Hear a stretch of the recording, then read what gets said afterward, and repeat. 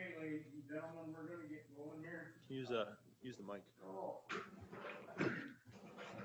Well, I'm used to having it on, and Mr. Schuman don't never call on me, so. Anyway, all right, I call this zoning committee meeting to order. Kathy, can we do a roll call, please? Ron, Present. Bruce, Yes. Dawn, Jesse, Tweed, Yes. Stacy. Yes. Thank you. Okay, let's do the pledge of allegiance, please. Pledge allegiance to the flag of the United States of America, and to the republic for which it stands, one nation, under God, indivisible, with liberty and justice for all.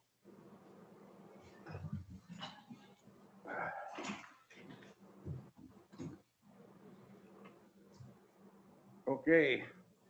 A statement of the committee hearing procedure and statement of hearing notice. Don's on. So you just get to watch. So the full statement of the committee and hearing procedure document, including directions for individuals wishing to speak at a public hearing to be conducted at this zoning committee meeting, are available in front of this room next to the agenda for today's meeting. The statements committee and hearing procedure document is hereby incorporated into the record for this committee meeting. Any public hearing conducted at today's committee meeting has been published as a Class 2 notice in accordance with Chapter 985 of the Wisconsin statutes and in the Sawyer County Record and the Sawyer County Gazette as posted. Okay, can I get a motion to approve January 15th minutes, please? Motion to approve the minutes? I'll second. Okay, we have a motion by Mr. Paulson and a second by Ms. Pettit to approve. All in favor, say aye. Aye. Aye. All opposed, Aye. motion carries to approve. I would just have the record reflect that Dawn Pettit is online now and as an acting member of the committee. Thank you, Jay. Public comment. Please note, comment time is intended for general public and comments and not comments relating to a specific application before this committee. Each agenda item requiring a public hearing will have its public hearing conducted just prior to the application being considered by this committee. If you wish to speak on a specific agenda item, we encourage you to hold your comments until that specific public hearing. We do have someone on virtual with a hand raised. Go ahead. Good morning, Linda Zilmer, Edgewater. And I have a request that might help for the record, the proceedings of today, and certainly for anyone attending virtually.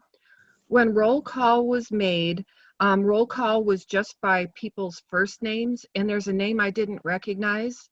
And then also with the recognition that Supervisor Pettit is present, I think there are 6 committee members. So could the chair please identify who's acting as the alternate today? Thank you. Her name is, she's a new appointee in Mr. Morgan's place in her district, and her name is Stacy Hessel. So she is the alternate on the zoning committee. As a non-voting member with a full 5 panel today.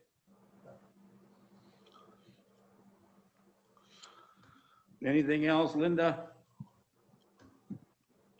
No, thank you. You're welcome. Okay, Jay. I don't see any other hands raised virtually.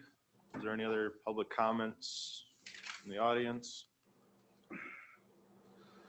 Moving on, this is a public hearing in the town of Lenroot, rezone number 21-001. Owner Fred Shear III, part of the northwest one quarter, the northwest one quarter, and the northeast one quarter of the northwest one quarter. Lot 46 of CSM 27/135, Section 7, Township 41 North, Range 8 West, Parcel 014-841-072208, zoned agricultural 1, 5 total acres.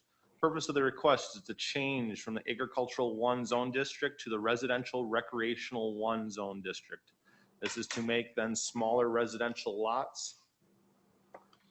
As per the action of the town board, motion was approved. Gordy Christian's chairman, Michael Bando supervisor, Jack Schustrom supervisor, Stephen Karanen supervisor, Jason Schustrom supervisor. Signed, no additional comments. Carol Stone, town clerk. There were 4 opinion letters sent out. 3 were returned, all with no objections. I have no objections to this. Julia Reith. I have no objections. Megan Boyle.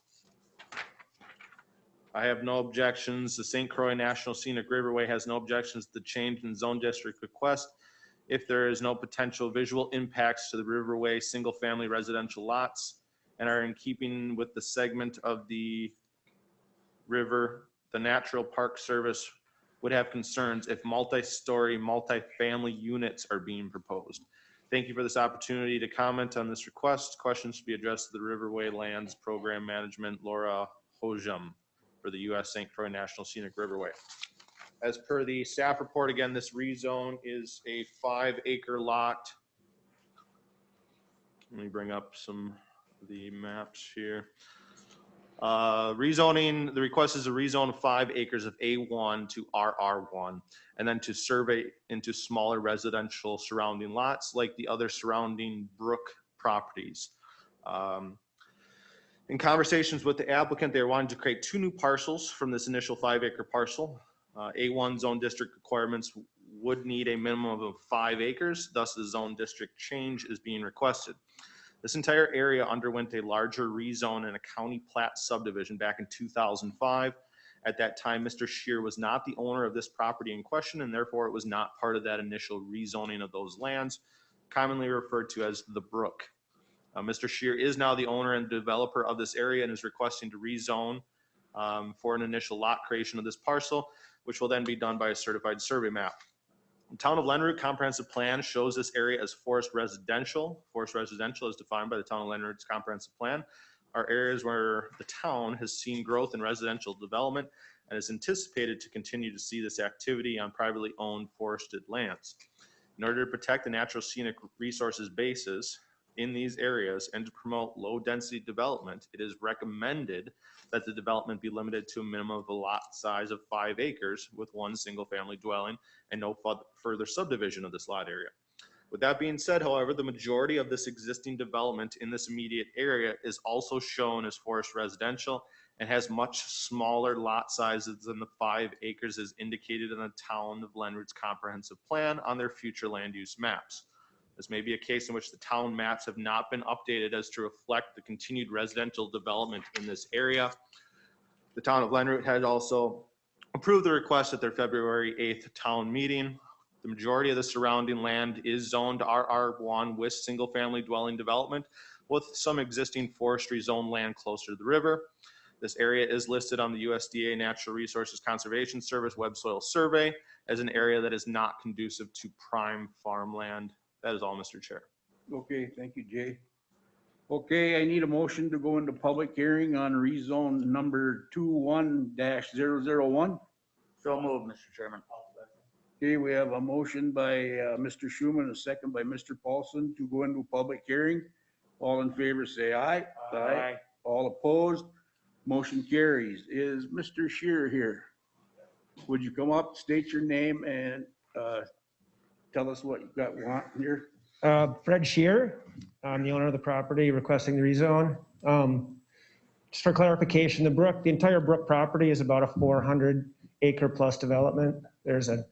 At the moment, there are about 80 lots in there from a size of, the smallest one is 1.5 acres. They go all the way up to, I think there are some 8 or 9 acre parcels in there. This particular 5-acre parcel, when I did the rezone, I don't recall what year he did state it, but we did do a rezone many years ago. This 5-acre parcel was not included. And I've got a couple subsequent additional ones that will be coming up. Those are also zoned ag. In those particular lots, I'm not looking to increase density. I'm just looking to create a green space from a large portion of those lots are in wetlands. And so the rezone here is to just give me more flexibility in how I design those lots, in keeping with the entire Brook property. Mr. Schuman, you got a question? Oh, no, I'm sorry. Okay, Excuse me, yeah, Mr. Paulson. right. Mr. Chair, are you going to be building on this parcel, or is this the green space parcel? No, this particular 5-acre parcel will be built on. Okay, thank you, sir.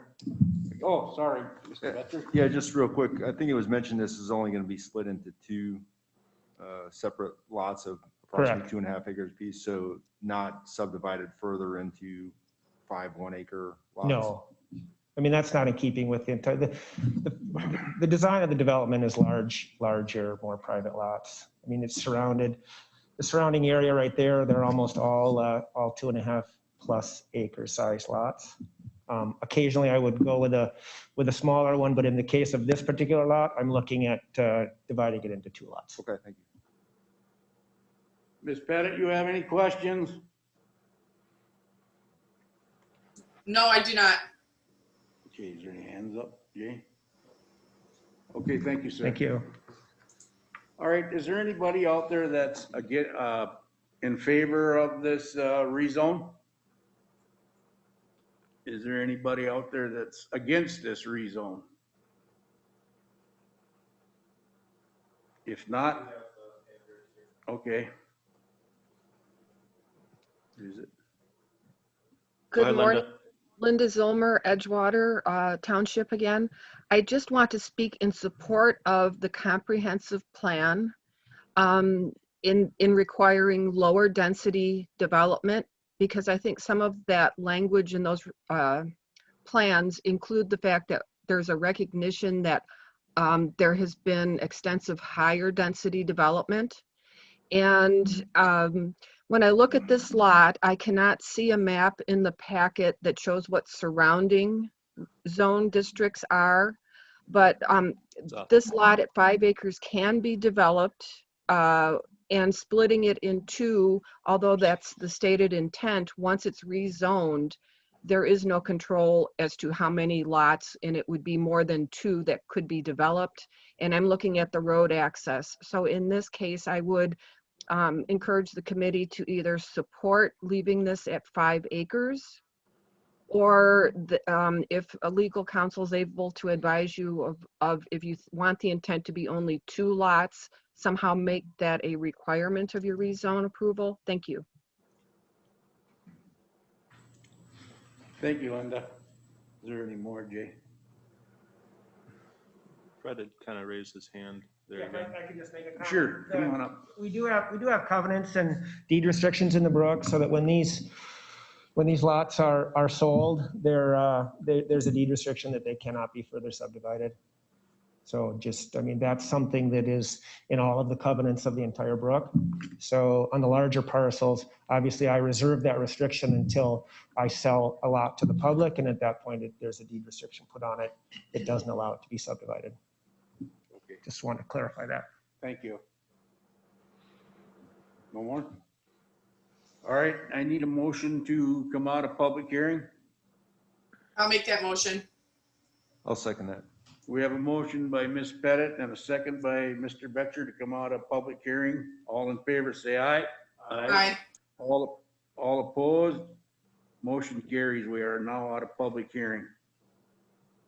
Discussion action, the town of Leonard rezone 21-001, owner Fred Shear III. Legal description is previously read into record. This request is to rezone 5 acres of agricultural 1 zone property to residential recreational 1 property to make smaller residential lots. And the staff report and everything else was previously read into record. Okay, thank you, Jay. All right, committee. Mr. Paulson? I'll make a motion to approve this requested rezone. Mr. I'll second. Schuman? I'll second that. Okay, we have a motion by Mr. Paulson and a second by Mr. Schuman to approve the rezone. Any more discussion? If none, Kathy, can we have a roll call, please? Dawn, Yes. Tweed, Yes. Bruce, Ron, Yes. Jesse. Yes. Thank you. Ready to finding the facts? Finding the facts, it was not destroyed prime agricultural land that would be compatible with the surrounding use. All right, a public hearing, Town of Lenroot, rezone number 21-002, owner Fred Shear III, part of the southeast one quarter of the southwest one quarter and the part southwest one quarter of the southeast one quarter. Lot 76 of CSM 34/128 and lot 77 of CSM 34/128, all in section 6, Township 41 North, range 8 West, parcel 014-841-063410, and same identifier ending in 3411. Both properties zoned agricultural 1, 9.72 acres for the one parcel and 5.02 acres for the other parcel. Purpose of the request is to change zone district from agricultural 1 to residential recreational 1, to make smaller residential lots. We had heard testimony in a previous case that it may not be the example of this to making smaller residential lots, but to change the configuration of those otherwise designated existing lots. For action of the town board, motions approved. Gordy Christian's chairman, Jack Schustrom supervisor, Jason Schustrom supervisor, Michael Bando supervisor, Stephen Kernigan supervisor. No additional comments. Signed, Carol Stone, town clerk. There were 9 opinion letters sent out. 3 were returned, 1 with objections, 2 with no objections. I have no objections to this. Dina Dude. I have objections. I was told this land would not be sold or developed when we purchased our lot. Christine Callerbro. I have no objections to this. Timothy Nestle.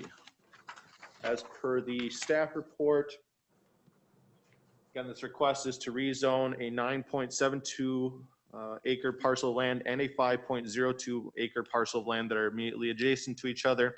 Both are currently zoned A1. The request is to rezone them to RR1, like similar surrounding Brook properties.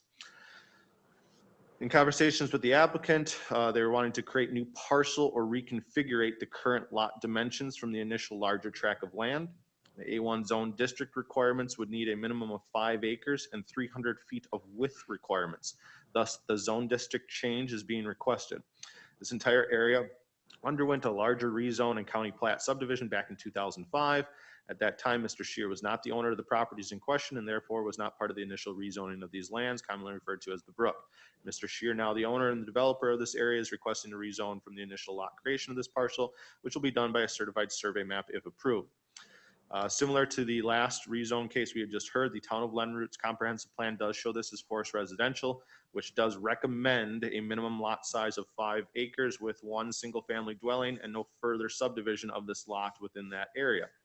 With that being said, however, the majority of this existing development is immediately in this area is also shown as forest residential, which currently still has smaller than 5 acres as dictated by the town of Lenroot's comprehensive plan future land use map. This may be the case in that the town maps have not been updated to reflect this area. The town of Lenroot has also approved this request as their February 8th, 2021 town board meeting. The surrounding land area is RR1 with single family dwelling development with some existing forestry zone land closer to the river. This area shown by the web soil survey of NRCS indicates that it is not prime farmland. That is all, Mr. Chair. Okay, thank you. Mr. Shear, would you like to speak on this one too? And then just state your name again, please. Fred Shear. So this particular We need a parcel mo- of we the need to Brook. open it. Oh, sorry, yes. Mr. Chairman, I'll make a motion to I'll go into second. public comment. I'll second it. So- Sorry, we have a motion by Mr. Betcher and a second by Ms. Pettit to go into public hearing. All in favor, say aye. Aye. All opposed?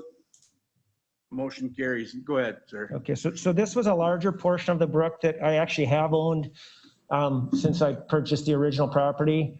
At the time I did the rezone in '05, I was uncertain what I wanted to do with this larger parcel. Subsequently, since then, I did rezone it into 3 parcels.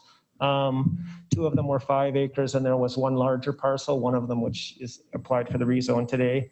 What my goal on this one is to not create additional parcels, but to take the northern part of these parcels, which are primarily, well, are entirely wetland, and to attach them to another parcel that I own in the brook north of there and just retain ownership of that myself. So I'm not, right now I have 3 lots there. I'm not looking to increase the number of lots. I'm merely looking to reconfigure. And for the record, this is all forest land. It was part of a greater dairy farm at one time, but this particular portion has never been ag. Thank you. Mr. Schuman. Yeah, Mr. Shear, before you sit down, can you address the one objection letter that Jay has read to us? Yeah, so that individual would have bought a lot in the brook south of there, probably, I want to guess 10 years ago. And at the time I had this 23-acre parcel, absolutely would not have said that I was never going to develop it. I would have said, I'm uncertain what the future of this parcel is. Based on where their site is, basically, this rezone is going to have 0 impact. There are 3 parcels there now that are going to be serviced here. 2 of them are going to be a driveway that will be adjacent to her property. One of the lots will be serviced by a driveway that will come in a different part of the brook. So all I can say is that I would not have represented that it would never be developed. At the time, it was a large parcel that I would have said I had some uncertainty about. Mr. Paulson? Mr. Shear, can you expand upon the protection of the wetlands and attaching this parcel to another parcel? Yeah, so if you look on the map. I'll go to this map here. Scroll it down a bit. Well, that would work, yeah. This is kind of the upland area that's close to the south edge, and this up here is almost all wetland. Yeah, so I currently own, if you look at the top portion of those 2 lots, I currently own the 2.5-acre parcel that's on the left of it right here. Yep. And I also own the 5 acres that's down below that. And what my intention is to attach the northern part of those wetlands. So if you look at the map where the cursor is right now, you can see where the high ground is. Yeah, this is kind of that high ground ridge right here. Everything north of that is wetland. And I just want to attach those wetlands Come to over. that 2.5-acre parcel that I intend to. Would it be your intent then to create a upland lot for the south portion then? Correct. Okay. So each of those lots, there would be an upland lot where, in the middle of, so basically where the upland ground is, there would be one lot there and then one lot off to the right. So right now, there are 3 build sites there. They just want to make sure that the parcel. Go ahead, Mr. Paulson. I have a question for Mr. Kozlowski. We have regulations against building in wetlands, don't we? Absolutely, yes. So nothing could be built in the wetland area within how many feet? 40-foot wetland setback for non-navigable wetland. And again, this request is to rezone in order to basically reconfigure the lots in that with an ag zone property, not only does it require the 5-acre minimum, but it also has a 300-foot width requirement. So again, the total number of parcels isn't changing, but it's being reconfigured in such a way to create and shape the lots differently, specifically kind of around those wetlands. So as Mr. Shear said, these 2 lots to the west here, they would grab some of this wetland area, and then ultimately these lots would almost kind of reduce in size and be residential lots and building sites. Correct. Mr. Schuman. Yeah, I got to follow up on that, Jay. What would be the tax rate then when you attach wetlands to an already established lot? You'd have to talk to the town assessor. I do believe they probably get a separate tax code as undeveloped or as unbuildable land. So it does reduce the tax associated with a wetland. But I am not a tax assessor. I don't know what those rates would end up being.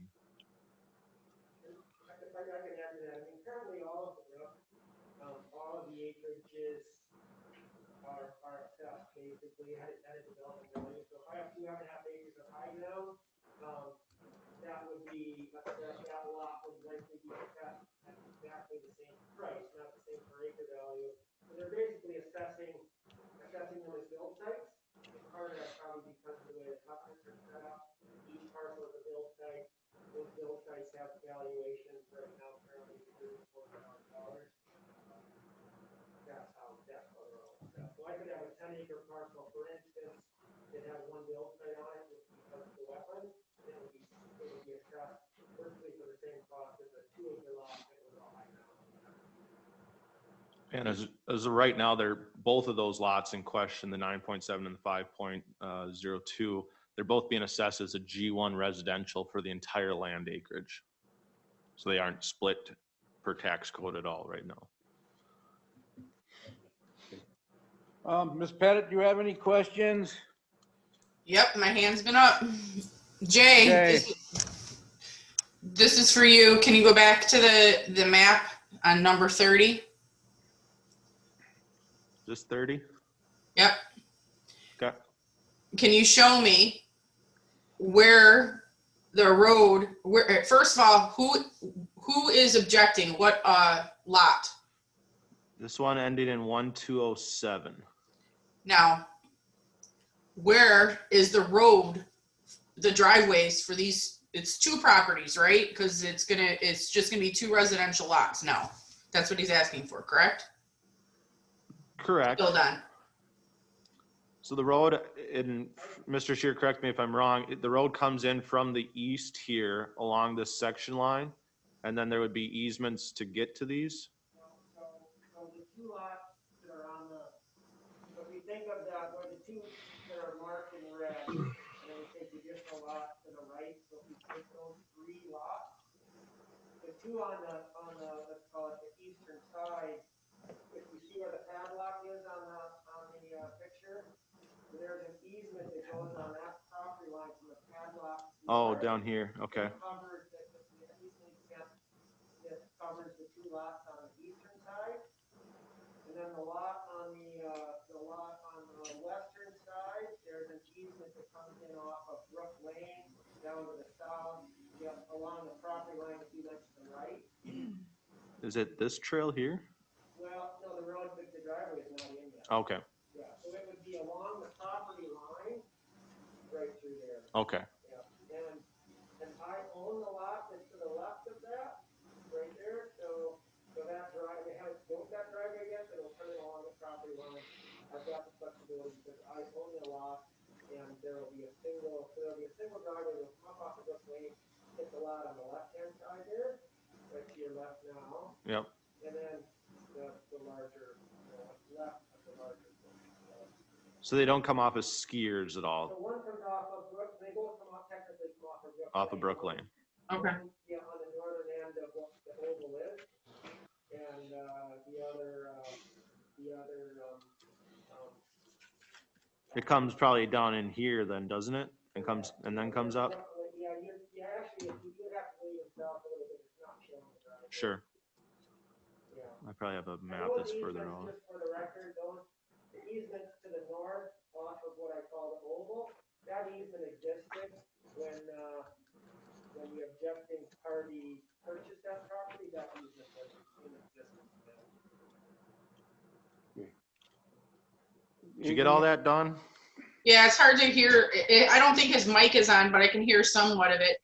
My next follow-up is, he's saying what lot, he's gonna take that back portion of the wetland and put it on these 2 properties that are in the red. He's gonna add acreage to these. And then he's gonna put it into his personal. What is his personal lot there? 413 or 411? I still want a bunch of the lots that are showing on that map. So this, the northern portion of the two lots that are marked in red are going to be attached to the 2.5 acre parcel, that one right here, The one ending in 3413. which I own. So And are you he's- basically taking this line and moving it straight east then? I'll probably even drop it down farther. I'll come down there. I mean, I'll probably come down to where the bend is on the two lots on the left side. Yep. What I'll do is I'll take existing points. I'll probably take the point to the west of that on the corner. No, if you go left, no, I'm sorry, go to the This one. that one. I will most likely go from there to the next brook. And then from there, almost south, I'll probably go southeast to southeast direction. Okay. Following somewhat the high ground. And he's gonna retain that personally, and because it's wetland, it cannot be built on, so it will stay in his possession unless he sells that lot, correct? Yeah, none of that is developable. I mean, none of it is buildable. Okay, I'm gonna attach it to the 2.5 acre parcel, which at this point is kind of. okay, that answers my questions. Thank you very much. Okay, Mr. Chair? Yeah, go ahead, Mr. Mr. Chair, Paulson. I think this is an appropriate question, but why do you want to do that? I want to do that because I just want to retain ownership. Part of it is that it's an area of the brook that I've owned for 30 years. I do own it there a little bit, and I just, rather than leaving that, I mean, it doesn't add value to the lot below, but it adds value to me and attaching it to that. We have a lot of large sort of designated green spaces in the brook that are attached to lots. I just, rather than attach it to those lots, I want to attach it to another one. The outcome is the same. There are three built, the lots that I want to attach it to have a single road. And the two that are going to be the south one are going to have a single build site. So it's just a matter of how I can figure. And also, by doing this, it doesn't eliminate a step. Whether I sell those to another party or I choose to go successful in there, it doesn't eliminate a step of coming to Town approval.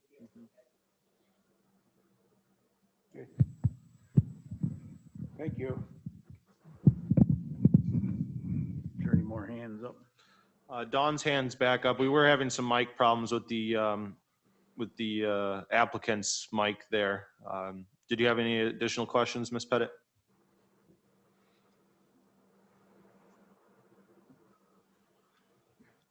Dawn?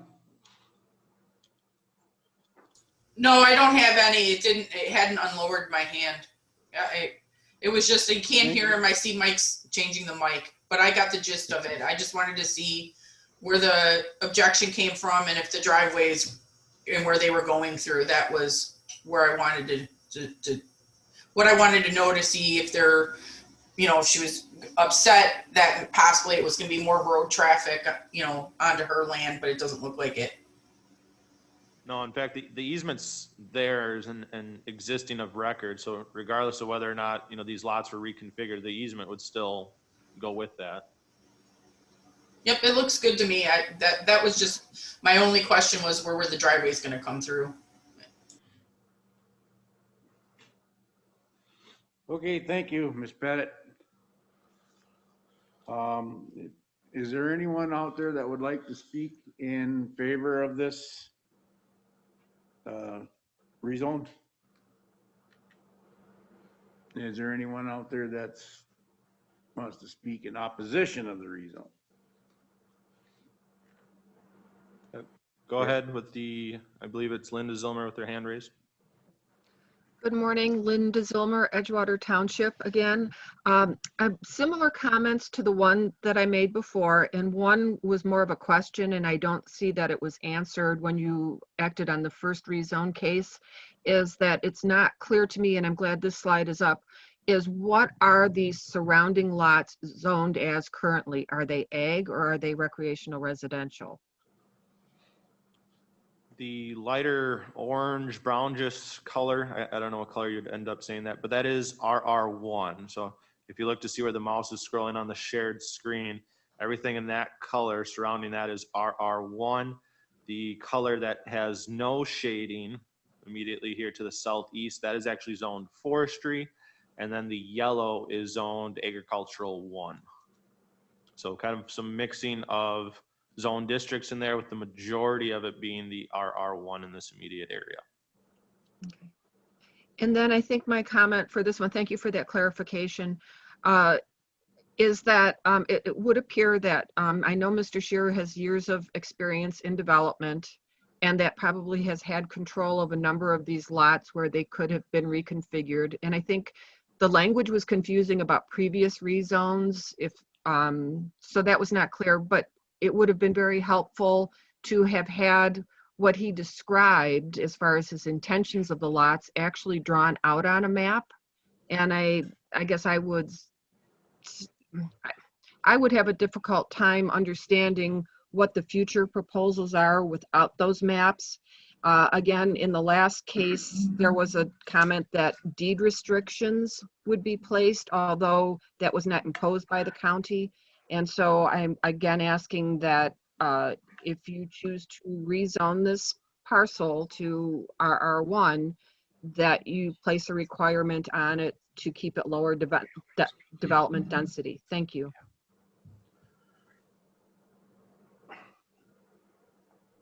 Rebecca, would you comment on that a little bit for us, please?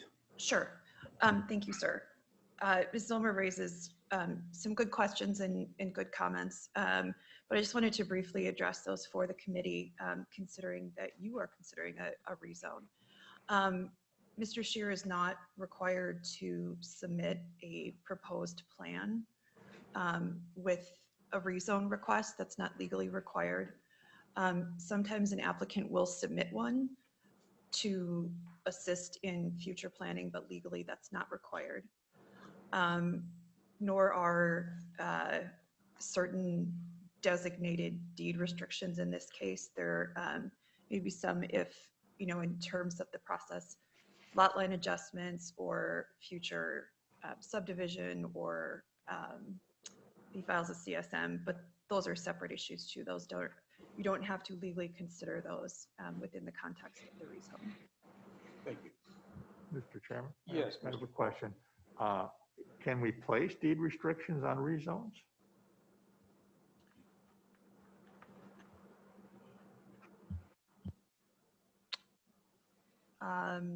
Would that be a condition? Yeah, because you can't condition a rezone because it's a legislative action. And so if the applicant, you can have a dialogue with the applicant on whether he's willing to place that deed restriction, but you can't condition the rezone on having a deed restriction imposed. I think, and this is a question for Jay, our policy has been, hasn't it, not to put conditions on rezones? Correct, and Okay. be it that it is, again, in a legislative act, which Right. could not be conditioned. Right, and it's hard to administer if you have conditions on rezones, aren't they? It very much so, yes. Okay, any more? All right, need a motion to come out of public hearing? Mr. Chair, I'll make a motion to come out of public hearing. Okay, Second. we have a motion by Mr. Betcher and a second by Mr. Paulson to come out of public hearing. All in favor, say aye. Aye. All Aye. opposed? Motion carries. Discussion action, Town of Leonard, rezone number 21-002, owner Fred Shear III. Legal description is previously read into record. Again, this purpose for the request is to rezone a 9.72 parcel of land and a 5.02 parcel of land currently zoned agricultural 1, to rezone both of those parcels to RR1, residential recreational 1. And let the record reflect the staff report has already been read into record. Okay, thank you, Jay. Ready? Mr. Betcher. Yes, Mr. Chair, can I make a motion to approve this rezone request as written? Okay. I'll second. Okay, we have a motion by Mr. Betcher and a second by Mr. Paulson to approve the rezone. Kathy, roll call or any more discussion? Mr. Schuman. Oh, no, I was just getting ready to vote. Kathy, can we have roll call, please? Ron, Yes. Tweed, Yes. Dawn, Yes, Jesse, Yes. Bruce. Yes. Thank you. Okay. Findings of fact. Findings of fact is that it would not be damaging to the rights of others or property values. It would be compatible with the surrounding uses of the area, and it would not create an objectionable view. Thank you.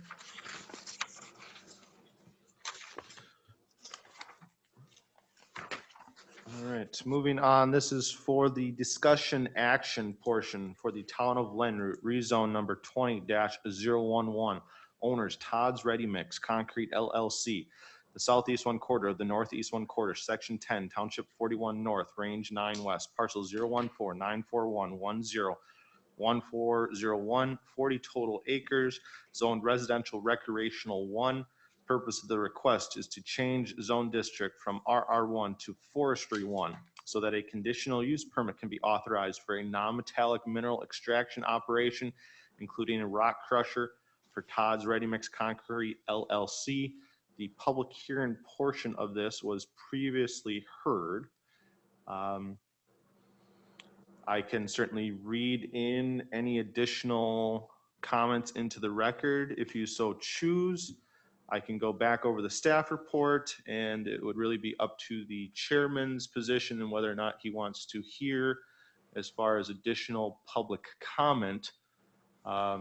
Again, if you open it up to additional public comment, it would be at least my recommendation that you would open it to new testimony. Okay, I'm going to read something here to the public out here. Few reminders for public comments. I encourage you people to keep comments to 3 minutes. I encourage you to present new information. If you wish to speak on information you already presented, briefly state that you reaffirm your prior comments. I mean, that we've heard this is our 3rd time. And we, as a committee, we don't need to hear all that other stuff. If you've got new information, we would be glad to listen to it. And I should make the mention, last time this was postponed at this zoning committee meeting in that the town had made a motion at their meeting that they were going to potentially reconsider their motion.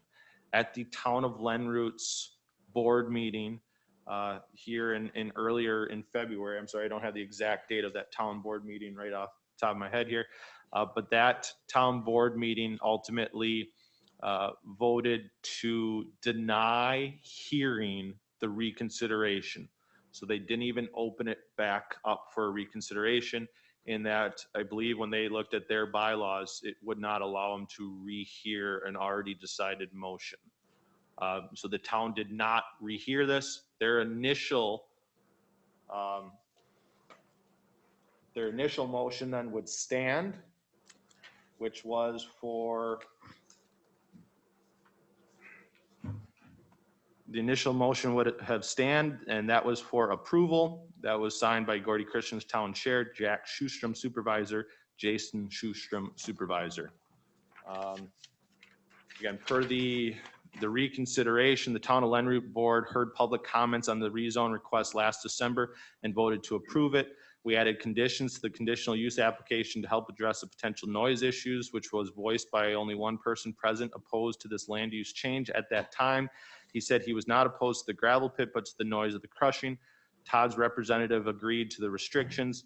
We again had the rezone issue on our February agenda after the Sawyer County Zoning Committee postponed the action. Numerous citizens attended, as did a representative for Todd's. The issues brought forward were not directly related to the rezone request to go from RR1 to F1. Most of the current concerns would have been addressed in the conditional use request and the pit operation plan. There was no mention of the noise issue. The town association's lawyer indicated that we probably should not reconsider this issue as it could open the town to legal action by Todd's and create an undesirable precedent. The motion was made and seconded to reconsider our December decision to approve the rezone. It was then rejected by a vote of 3-2. So our December vote to approve the rezone stands. Signed, Gordy Christian, Town Chair. Okay. I would also allow Mr. Thompson to come up and speak and tell us anything you want to tell us again. Or you want to just leave it as it is? I just don't know if I have anything new. No, okay. And that's why I would hate to waste your time with that. Mr. Chairman, I have some questions, if it's Yes, appropriate. Mr. Paulson, go ahead. Okay.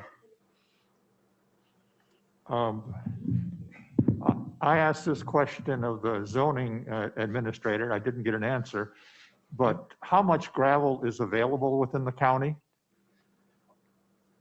I guess I don't have an answer to that as far as how much is available in the Right. whole county of Sawyer County. Yeah, in the whole Sawyer County. And how many gravel pits, Mr. Kozlowski, how many pits do we have? That would be a question more directed for Pat Brown in our office, but I do believe it's in the upper 30s, if not low 40s. Okay. There are some continual gravel pits that were in existence prior to zoning coming into play, and that we don't have regulations on an existing non-conforming use like that. Okay. So thank you. in upwards of 40. Okay.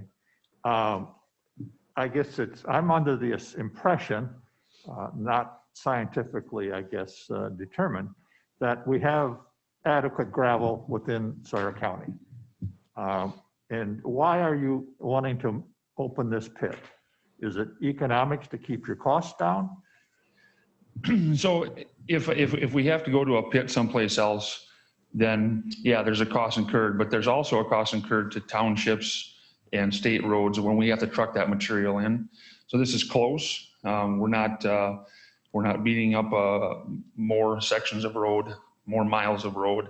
So we're trying to keep the cost down for everyone involved, not just Todd's Ready Mix. Also for the community, to try to keep costs in check and try to offer that prices that are conducive and help that. Okay, so this county is built on tourism.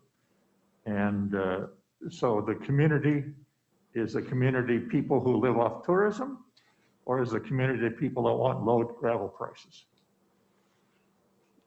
I guess a lot of our customers are the people that come here from other states. It's a high customer base of ours that we offer them a fair price. And so I think we assist in that endeavor and inviting tourism to Hayward But, or so the area. if the price was up a bit, 10%, 15%, they wouldn't come? I don't know that, sir. Okay, thank you. Mr. Schuman? Yeah, Mr. Thompson, Yes. this question might be for you or your environmentalist. I can't Sure. remember her name, but she spoke last time. Yep, Candy Anderson. Yep. Regarding, kind of tagging on to Mr. Paulson's question, how much gravel is in the existing site? How much gravel is left there? Because I know she had spoken last time regarding you have to stay so far away from the groundwater level. Correct. And so I'd like to know how much gravel is at the existing site? So I mean, are you threatened to run out of gravel where you're at now, or what is, and then So- I'd like to hear from her when you're done, sir. Okay, so our initial, problem is rock volume. So if you look at our home pit, more of a sandy based material. So we go through quite a bit just to get our rock to make concrete. This site has more rock volume per acre. So when we go into there, we use less acres and get our rock count up in order to make the concrete.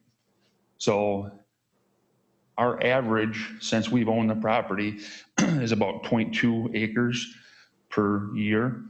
So less than a quarter of an acre is all we're using per year out of this site. And we are using it as a supplement, to supplement our main location that's just a little bit down the road there. So like I say, I'm going after the more rock volume, using up less acreage to do that.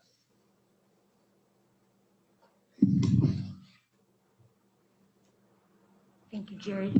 My name is Candy Anderson. I'm a geologist. I do work for Todd's Ready Mix as well as Monarch Paving, Milestone Materials. Bruce, I want to just try to touch on your general question about gravel pits in Sawyer County. We do operate several gravel pits in the county. Your question about how much gravel is left in the entire county, there's a lot of gravel in the county and a lot of rock in the county. The situations that we run into more and more now is so much of it has been built on, and people don't want to have the pits next to them. So the sources that we have existing now and close to other existing sources like the ready mix plant become more valuable to us. Because they are getting harder and harder to get open, or the gravel is essentially not accessible, if that makes any sense to you. So there might be gravel in a spot, but it might not be a good spot for a pit. It might be close to a city or a town, or, there's so many different things that we have to look at before we even consider trying to open one up. Jerry did a good job answering your question, Tweed, about how much is left at the existing pit. We do keep reserves analysis on all of our sites, but unfortunately, the pits aren't like a layer cake. So when you have sand and gravel, you might have one spot where there's a whole bunch of rock and a whole bunch of sand, and then go 10 feet away, and this is just glacial geology. And all of a sudden your sand is dirty and you can't use it. So you have to put it aside. And then you have to go a little farther to try to find that sand that can be used in the concrete. And then you might go another 20 feet and all of a sudden there's no rock. And you have to have the rock to make the product. So the pits that we have in that area all kind of operate in harmony with each other. We go from one area to another if we find an area where we can't use something. Or maybe we might have a busy year where we open up a little more than normal, or we might have a slow year where we don't open as much. But our average is about 0.2 acres per year that we open. So when we go into these sites, we don't open up the whole thing at once. We open up what we need to get us through the season. The site that we purchased from Roffers was open already when we bought it. So we'll be looking at what kind of reclamation we can start doing here in the future. So then my follow-up question to that is, maybe you have not started any reclamation because there's still gravel and rock there. Would that be correct? That's a good way to look at it, Tweed. There's so much open because of that. I don't know how to say it, not unusual geology, because it's very normal for this area. That's why you see a lot of pits all over the county, that there's so much open. But it's, you can't go in and I'll go dig test holes at a site. Well, maybe I went 100 feet apart for my test holes, and then someday the pit gets open and somebody says, we didn't do a very good job. Well, I didn't dig the one in between the two 100 ones. That's just how much it can change. Thank you. So your pits are just mainly for concrete purposes? No, our pits, the pits for Todd's, yes, mainly concrete. You also sell landscape stone. Landscape Correct. stone, road gravel is a big. Oh, road gravel too? Yes, for this, I can step back. Yeah. Yes. So a lot of our customers are townships, the state. We supply all those to help with any of that type of construction also. Okay. Mr. Chairman, I have a question. Go ahead. Don also has a question too. Okay. Would you be providing the, I guess, municipalities and the state out of the proposed pit or your other pits? We do them out of both. So the way it works up there, I don't have a man on site all the time. So sometimes if I get a township job or a state job, then I will put a man up there and we would supply that particular job or road per se out of that spot. So that does happen also. Ms. Pettit, you got a question? Yes. Go ahead. This is for Mr. Thompson. Mr. Thompson, have any of the neighbors offered to Todd's to actually dig onto their land, or they would purchase some of the other sections that have been finished and reclaim them? So they could start planting pine plantations or whatever needs to be done for to reforestation. Because I would hope that Todd's Ready Mix would want to be a good neighbor to the neighboring lots and towards the hospital, North Lakes, with all the recreational activities that are going on there. If you have neighbors that are willing to subdivide or buy things back and try to help make it a little, put some trees back in there and for the animals and all of that, and protect the environment and what they have going on, why wouldn't Todd's look at that? Okay. So what has transpired, I know particularly Randy Etchison to the east of the property has said in 3 meetings that we did not look at that. Well, we did look at that, and I met with him this summer. I did look at that. What happens is it puts us out of bounds for certain reasons. So I'm closer to the lake near the hospital. I'm also closer to some waterways that come through that property. And I'm also closer to some buildings. So it kind of takes it out of bounds to look at. We are willing to sell back to the neighbors and so on and so forth once we deem something is totally unusable. So there's some sand there. We do have, since our first meeting, I did have a proposal by an excavating company, and I'll have more to come. And we do plan on, and we will reclaim 20 acres of that on that, of the 80 that's open there on the sand and gravel site that wasn't opened by us. It was opened by the Roffers company. We purchased it that way. We are, like I say, in the middle of, and I'm willing to offer that up today to help this move along, and that we would look at getting that reclaimed and get it back to some natural ground there. Follow up, Jay. Can you show me on the map where Mr. Thompson's talking about the reclaim of the 20? I'm not familiar with the area that he is referring to. I can bring up a larger You ought overview map though. Jay, if you want to bring up that original site, it was 80 acres is what was under the Hayward Sand and Gravel name at one time. I don't know if I have a larger Oh. overview. Okay. See if I can find one. Oh, that's sheer. And just to be clear, that wasn't in our original proposal, so there wouldn't be any documentation of that in there. That's something, like you say, that we're willing to move on and help this along. It's got to be to that area further south then. Yeah, so it'd be directly on the south end, the south portion, and it would L-shape in front of the hospital land. So basically, as you come up the dead end road there that comes into our gate, you'd see it off to your left-hand side to be an L-shaped portion.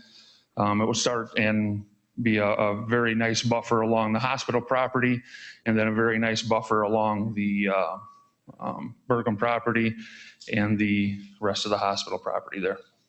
Right. It's just about, trying to work with each other. And I also know Hayward High School uses that over there for the track. And Right. just so everybody stays on the same page and everybody is happy, I think like you are, Todd has come forward with the 20 acres, which is very generous. And I would want everybody to be good neighbors. And the question about is from Mr. Paulson about are we tourism or are we a concrete?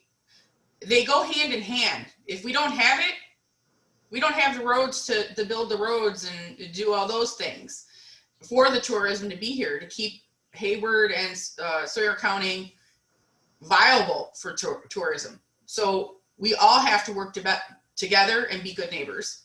But I would ask, because the hospital and, the people, that is a big rec area for everybody, that some of the, and the neighbor, for the reclaim of some of it, like they're offering right now. Yes. Okay, just I guess a follow-up or a appearance question. 52% of the residents in Sawyer County are second home people. Okay. So if the roads cost more, if something costs more, 52% of that cost is paid by the second home people who are here because of the natural environment, the lakes, the trees, and so forth. It's just that, I guess that was an editorial comment, not a question. Okay. And I do have that larger overview map of which area were you referring to about the potential for reclaiming? So this is a property in question. This is kind of. You see our building there, that's our state certified lab. This one? Or this one down here? Can you go in on that closer? This portion? No, up on the Hayward Sand Gravel. Uh-oh, hold on. I'm losing it. There you go. So just move your screen down a little. Touch screens. Yeah. Yeah. So you're talking about So this directly area? across from Jim Miller's. Yeah. So that portion, there will be quite a bit of footage right there on the left-hand side as you come up. It would go around there, it would go up and include that lake, that pond up there where you see the pond, go on the left-hand side of the street. So it L-shaped down the whole western portion and the southern portion. And basically what I need to do is to be able to keep my lab operating and keep my road going in and out of there. Then we plan on going. We're not going to go to the north with the road. We're going to continue going south with the road that we help maintain, going to our pit. So we don't ever plan on going to the north out of there. So we need to maintain that. Is why I can't do that whole area. Okay, so I got to leave that stretch open there. But our plan would be to have a section all the way along that whole front 40, and then an L shape along that on the south of our lab there would all be reclaimed. Mr. Kozlowski, could you expand the map and show us where the hospital is and where the hospital trails are? You probably can't do the trails, but at least the area. The hospital owns that large wooded area right south of that existing pit. And like I say, everything that I'm proposing, or the whole southern part of what I'm proposing, is up against that property. Yeah, so this is all the hospital property here. This is the actual hospital. The trails run throughout this area. But don't they run north of there too? For whatever reason, don't they run north of the hospital property? See if I can get parcel maps back up here. They would stay in this section. I don't believe they go into Mr. Etchison's property. I'm not. Yeah, they do. They do. Okay. There's a sign there that says entering private property, and the landowner's gracious enough to let the people use that for exercise and biking and Sure. skiing. Well, you can definitely see some trails that run through in there. Which ones are open to public on private land and which ones are just maintained by Mr. Etchison, that I couldn't tell you, but I can definitely see there are some trail systems throughout that property. I think that would probably be an appropriate question for Mr. Etchison.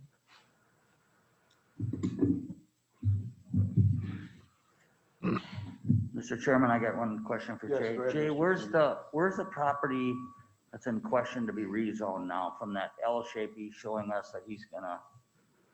Straight and directly north of there. North would north? be this parcel right here. This is the one subject to the rezone. And that parcel, Mr. Thompson, is to the west then of that Olson Road that kind of navigates through there to Leo's Road. Everything on the west side, It'd be the correct? west side, yes. Yep. Thank you.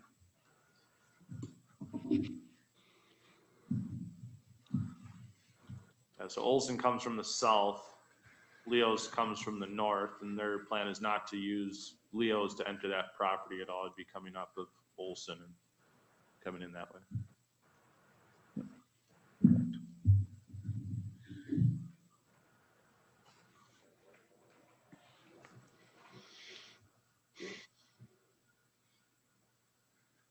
Ms. Pettit, you got any more questions? No, I'm looking at the map to gather everything I need. Because I've spoken to so I've gotten numerous calls on this, and like I've stated, I think everybody needs to work together, because it would be a shame that the neighbors are, giving access to allow the public in, and the school and people skiing and everything. I just think everybody just needs to work together. Okay. So we don't have any new testimony out there that anybody wants to bring forth here? Mr. Chairman, Yes, I go have ahead. some questions for that. Sure, go ahead. If I may. Yes. Okay. Could one of you describe the property just north of the hospital and what recreation activities are being used in that property? Sure. It's up to the chairman. State your name, sir. I'm Randy Etchison. Your question, sir. I actually boarded the hospital for 3/4 of a mile. They access 200 acres that I own in 3 different locations. So I have a working relationship with the Hayward Hospital as far as their Canva trails, their HASTA trails. It has been mentioned that the Hayward track team, also their cross-country team, uses my property. It goes further than that. There's other quiet sports as far as the 2 ranches that are on Etchison Road also use my property for horseback riding several times. There's many horses in there. Actually, my property is opened up. There's a couple gentlemen in Hayward that use my property for youth hunting and mentorship. It's actually opened up almost every year to Fishing Has No Boundaries. So yes, I do let the community use my property at no cost. In fact, realistically, they probably don't even know that I own it. And I don't expect any pat on the back for that. I just let them use it. And actually with the relationship with the Hayward Area Memorial Hospital, they actually want to open up more of my property because of the demand and the closeness of Hayward. Mr. Chairman, I guess this will be an opinion, but what would the impact of having a gravel pit, this new gravel pit there, to the experience of the natural beauty and the environment? I've known, Jerry for a long time, and we have talked about other alternatives for gravel. The last conversation we had was actually the property that I own. I own 3/4 of a mile of water frontage on Smith Lake Creek, and that's right next to 27. So this is actually over 3/4 of a mile from where they're proposing of their pit.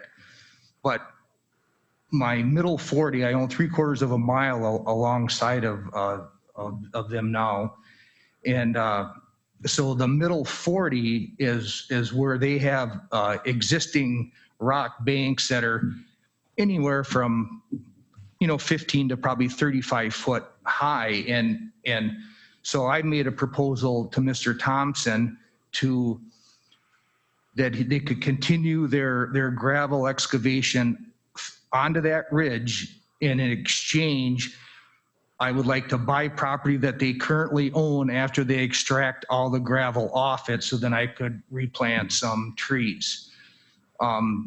This proposal is actually a piece of property that wouldn't bother anybody. It's anywhere from a quarter mile at the minimum to a half a mile closer than where they're proposing to take this gravel and rezone off this 40. And the rock is there. I mean, you can, I got pictures of the bank. I wish that I brought them with, but the rock is there where they can go on. And I understand it varies. Like the miss said there, you know, some place you hit a lot of rock, or sometimes you don't, but my concern that I expressed to Mr. Thompson was, please extract all the gravel off whatever you can, and I will give you gravel on my property. Let me purchase after it's no good to you anymore, and let me get this property reforested before we deforest anymore.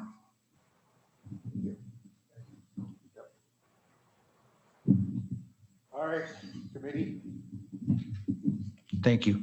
thank you. We turn it over to the committee. Mr. Chairman? Yes, Mr. Paulson. I've seen surveys, I've read reports on why tourists come to Sawyer County, and it's for natural beauty, it's for the waterways, it's for the forest, it's for the recreation. Nowhere in the surveys have I heard people come here because of gravel pits.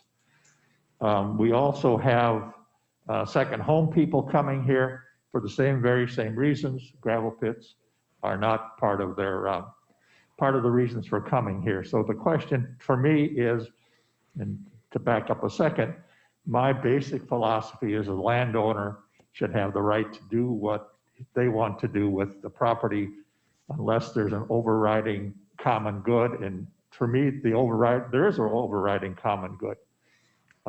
If people have to pay a little bit more for sand, gravel, concrete, maybe that's the price we have to pay for being a tourism area, because I have a hunch if we have more and more and more gravel pits, our tourism and the value of our community, the economic value will be decreasing.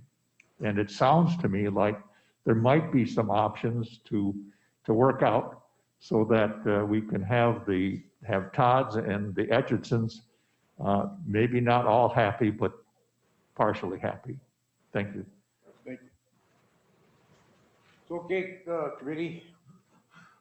Turning it over to you. I'll make the motion to deny the rezone at this time. Second. Okay, we have a motion by Ms. Pettit and a second by Mr. Paulson to deny the rezone. Okay, Kathy? We're gonna do a roll. In discussion, Mr. Chairman? Discussion, yeah, please. Oh, discussion? Yeah, he was Yeah. first. Thank you, Mr. Chairman. This is for Jay and Rebecca. If we were to deny this rezone, does it still go on to the full county board for discussion and action? It does. You would this committee makes a recommendation to the county board. This would still be heard at a full county board of supervisors meeting. Whether or not you would want to accept the recommendation of this committee, but the county board can deviate from that recommendation. Mr. Chairman. Yes, go ahead, Mr. Paulson. If I remember the rules right, if this rezone is denied and the county board denies it, there's a 1-year waiting period before we can have another hearing of the same issue. On the same parcel, yes. Right. What about if there was a compromise proposal coming forward? Would that fall within that 1-year prohibition, or would that be a new hearing? That would be a question for Rebecca, and that would be something that's probably going to be in the bylaws. If this committee makes as part of their motion that they would waive the 1-year refiling for a different proposal. I believe bylaws allow this committee to do that, but I would have to verify. Yes, the bylaws do allow the committee to waive that 1-year refiling prohibition. Rather than include it in this motion, I think from a procedural standpoint, it would,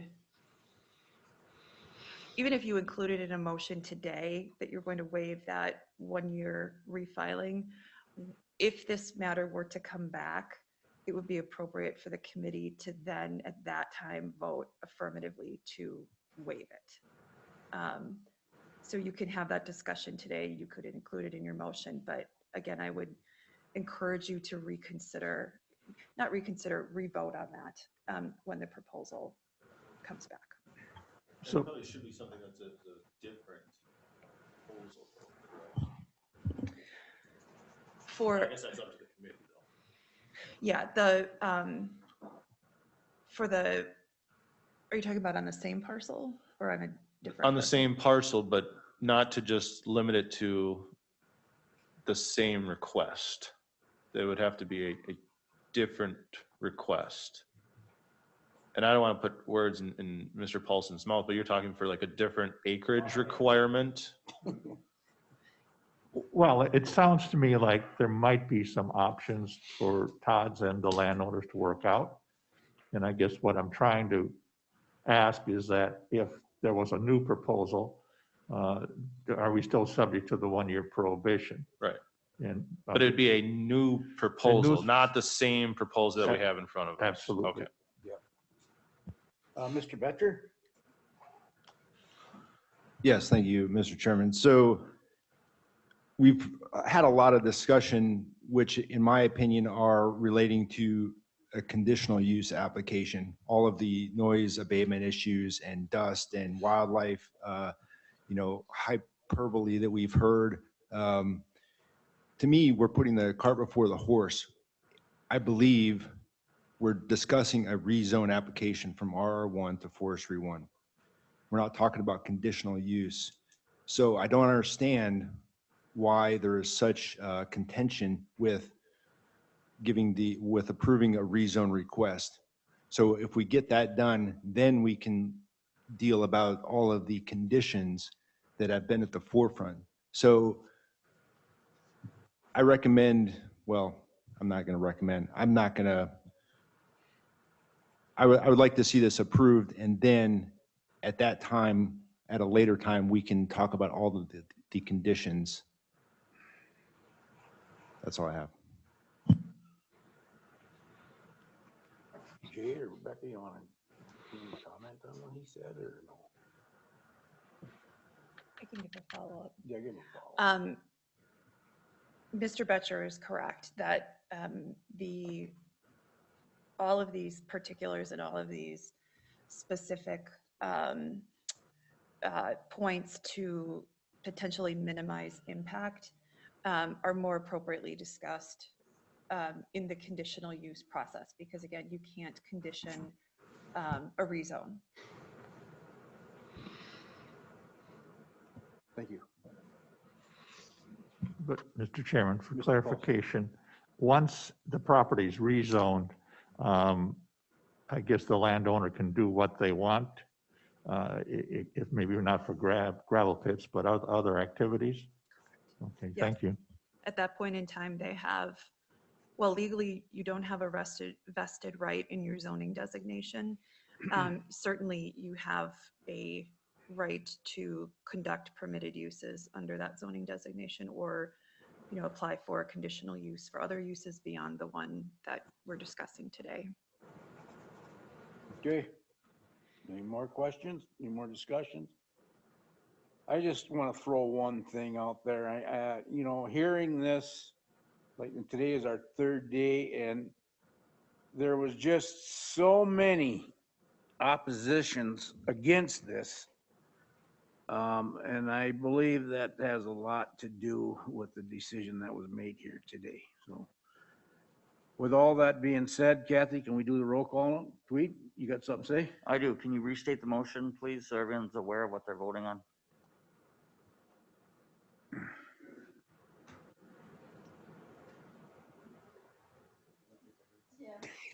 I've done that many a time and it don't work very good.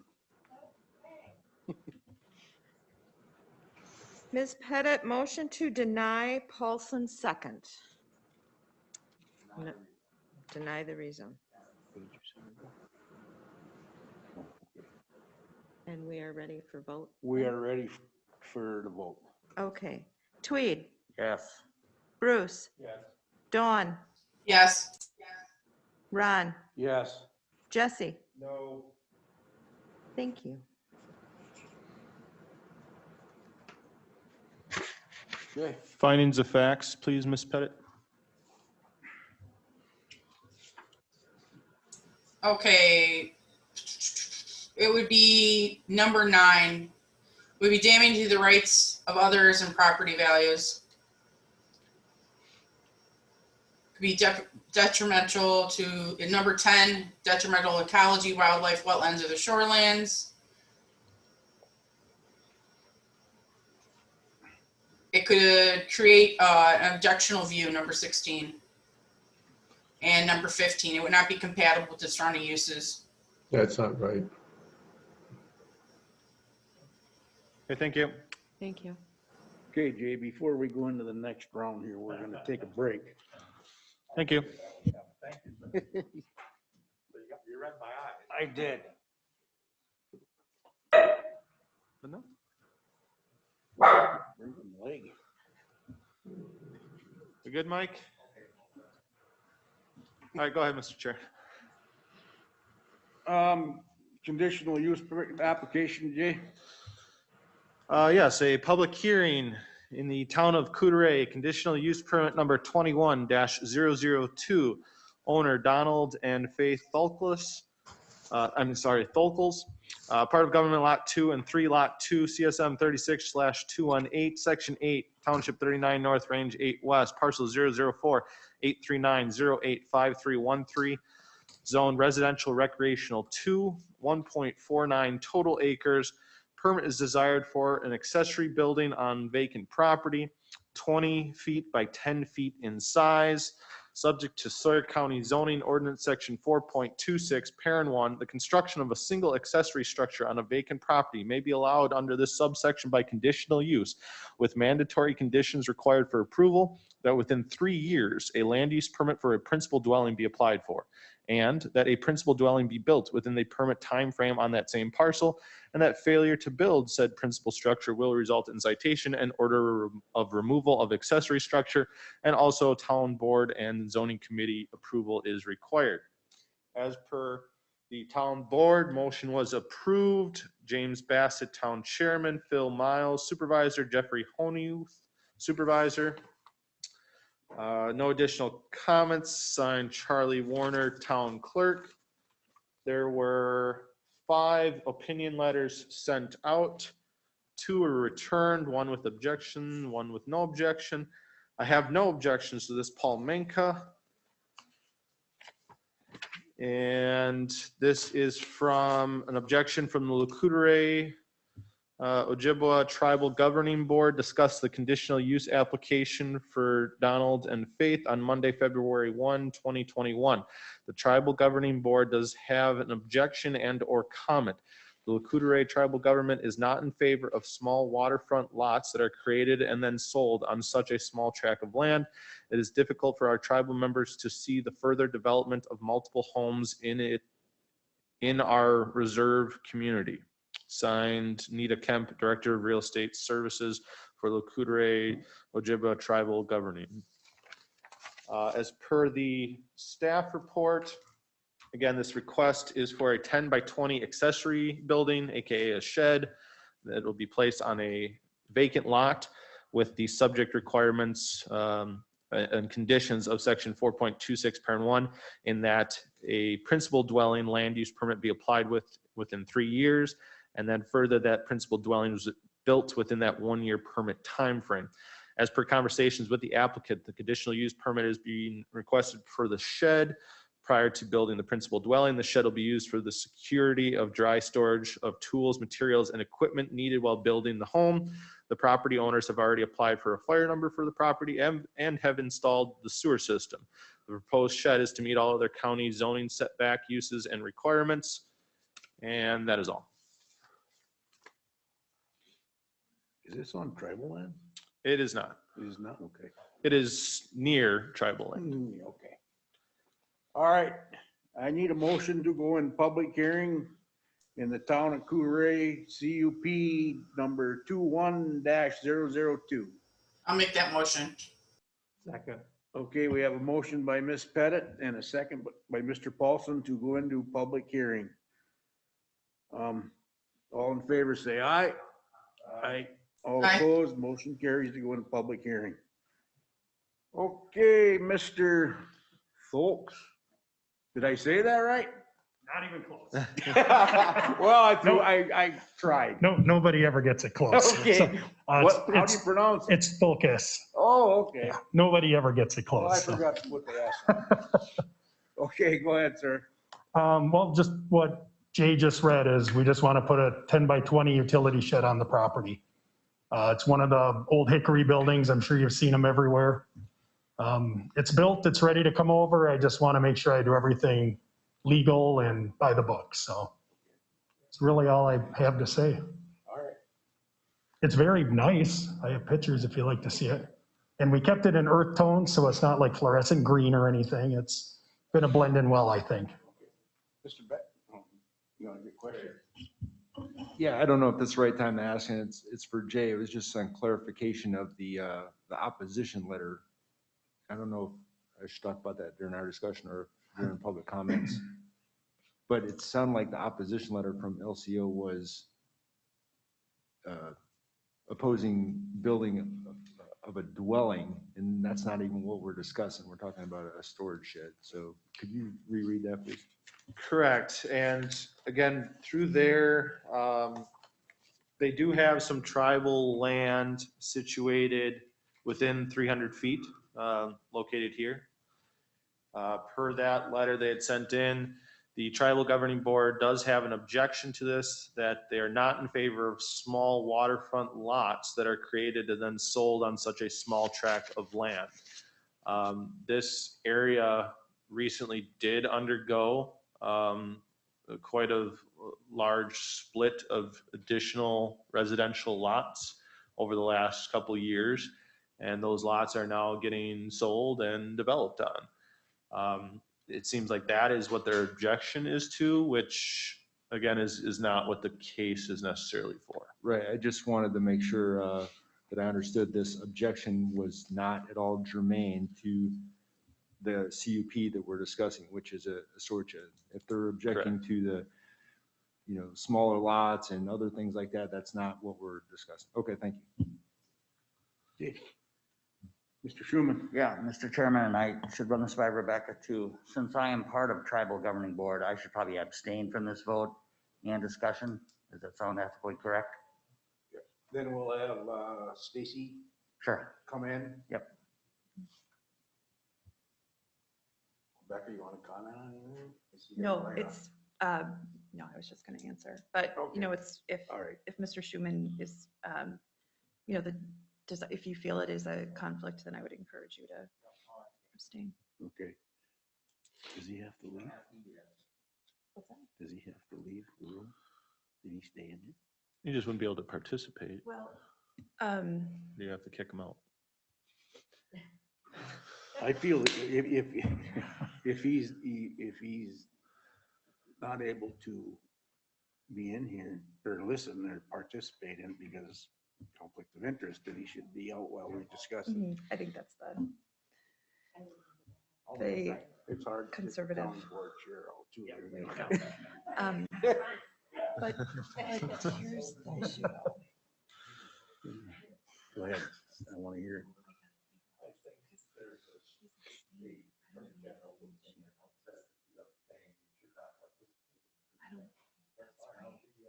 So what do we have to do? Huh? Why can't you vote?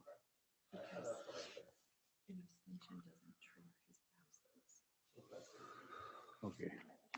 That's what I gotta look at. And you still have a quorum with 4, whether or not you want to appoint the alternate or not. That's the issue that I was just thinking about is because Tweed is abstaining, he's still an active participant. He still has made, he's still participating in this vote. So I don't think that that triggers the alternate acting. So I think you do vote with just the 4 and then, so you would not be voting as the alternate. But she can still participate in a conversation. Oh, absolutely. Okay. And even She if. just can't vote. I didn't know. Yeah, And, sure. and even if just on that note, because, you know, this is your first meeting, even though you are the alternate, I always have been of the opinion that you can still ask questions and you can still participate in the discussion. I think that that's appropriate, but then obviously just not voting. What about we having a conflict of interest? Did he abstain because of conflict of interest? So then can he participate in the discussion?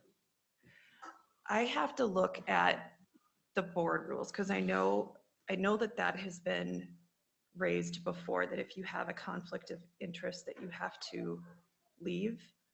But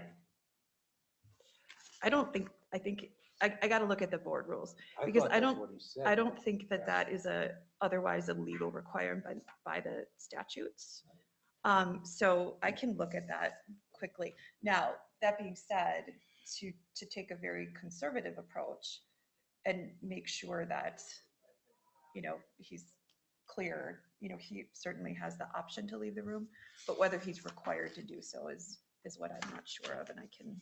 But I remember when Mr. Bassett was sitting on this committee and he removed himself for a conflict of interest, the alternate voted. It might have been wrong then. Yeah, Was well, I there? I don't know if we've had legal counsel in. Well, keep in mind too, that I was in error for some of those meetings in allowing or having Tweed vote when he was the alternate and he shouldn't have been. Okay. So it could have been Yeah, that circumstance. Sure, yeah, I Um, mean, Or. well, I no, because just Tweed missed it. wasn't an alternate at that time. Oh, then I'm thinking of a different. It was me. It was, Miss Oh, Pettit Dawn, was I'm the sorry. alternate. Okay. I mean, we got enough for the vote, you know, Maybe something to but, check on though for future. yeah, for Yeah. future. But you can still discuss. Sure. But you just can't vote today, so, okay. All right, you want to ask any questions to the applicant, or you good? I would. Okay. Okay, Ms. Pettit, go ahead. I would like to ask if he plans on within the 3 years to build a structure on that, or is he just going to remove the shed? What is his plans? Yeah, the plan is 2 to 3 years down the road to start building a structure.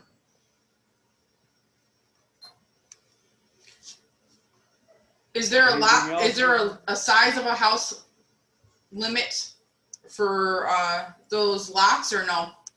Square footage? No, there'd be minimums. The maximums would ultimately be dictated by the setbacks for that parcel, which is going to be a pretty decent size still. On the short side, you got 150 minus 30 and 75. So you got around 45 feet of depth on the south side. Okay. So you got a minimum of 45 by 60 buildable area for a principal structure with a larger depth on the north side. I would like to ask the applicant, would the home you're planning on building, is it going to obstruct the neighbor across the road? There isn't a neighbor across the road. Okay, Where Jonan's Road divides our lot, so we have a half acre on the lake side and then 1 acre on the other side. So the only thing that would obstruct is myself on the other side of the road. okay, thank you. You're welcome.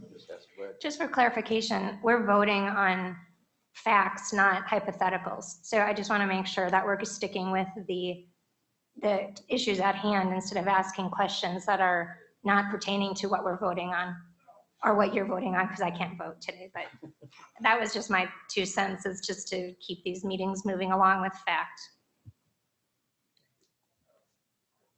Do you want me to speak again to the conflict issue? Or should we stop that? Go ahead, I want to hear it. Okay, so in reviewing the board rules, well, first let's start with the committee bylaws. The committee bylaws are silent as to whether an alternate steps in if somebody recuses themselves for conflict of interest. So then the question, then we look to the board rules. The board rules is also silent on that issue. With respect to the leaving of the room, the board rules state that it's the Attorney General's opinion that such member leave the room. So I haven't read that AG opinion, and an AG opinion is advisory.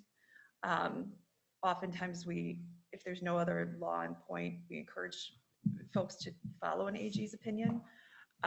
However, I don't think that that's binding. So because the board rules say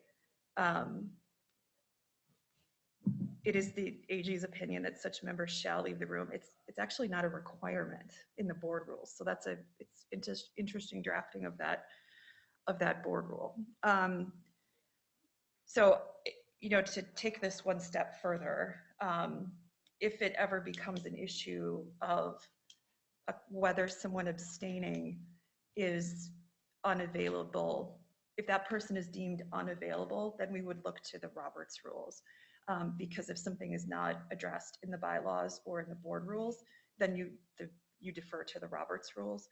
And I can look at that if you'd like. Again, if someone is abstaining because of a conflict of interest, if that is equivalent to unavailable, which would trigger, the alternate voting. I don't know if you want me to do a deeper dive on that. I mean, I can't. No, I think you can just check into it and then get back with us on that, because we Okay. got a lot to go through here yet Yep. today, so. Any more questions for the applicant? Ms. Pettit, any more questions? Nope. Okay. All right, thank you. Is there anybody out there that would like to speak in favor of this CUP? Is there anybody out there that would like to speak in opposition of the CUP? Not? Need a motion to come out of public hearing? Mr. Chairman, I'll make a motion to come out of public hearing. I'll second. Okay, we have a motion by Mr. Betcher and a second by Mr. Paulson to come out of public hearing. All in favor, say aye. Aye. Aye. All opposed, motion carries. We are out of public hearing. Discussion action in the town of Coudray, conditional use permit 21-002, Donald and Faith Fulkus. Legal description is previously read into record. The application or permit desired for an accessory building on vacant property, 20 by 10 in size, subject to the conditions as listed in the staff report, and that a land use permit is applied for the accessory structure within 1 year from the date following the zoning committee's decision, that a land use permit is applied for the principal structure within 3 years from the date of the zoning committee's decision. Failure to apply will result in citations with potential order of removal, that the proposed accessory structure meet all state, federal, county zoning and sanitation requirements and setbacks, and the size of the proposed shed not to exceed 10 by 20.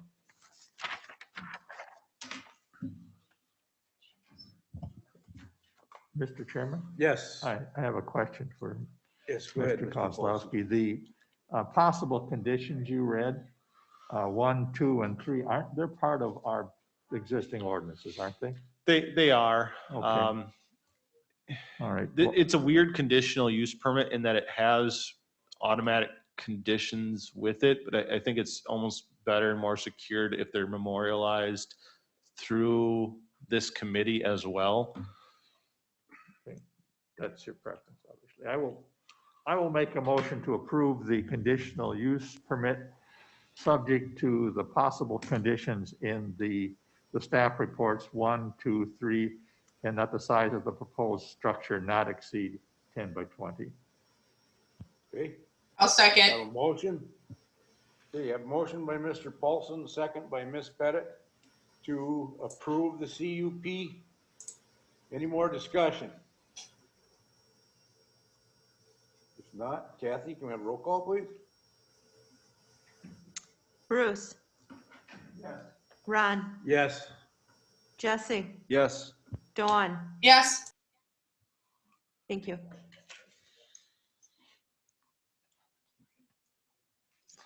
Findings of facts. Oh, it would not be damaging to the rights of others that is consistent with our existing rules and orders. Yeah, we closed it. They just did discussion action.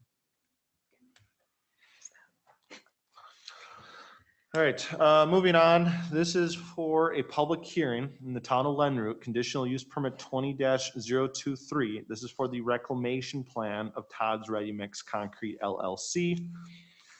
Legal description is the southeast one quarter, the northeast one quarter, section 10, township 41 north, range 9 west, parcel 0149411010401. This conditional use permit is contingent on the rezone to F1. That rezone was denied here at this zoning committee.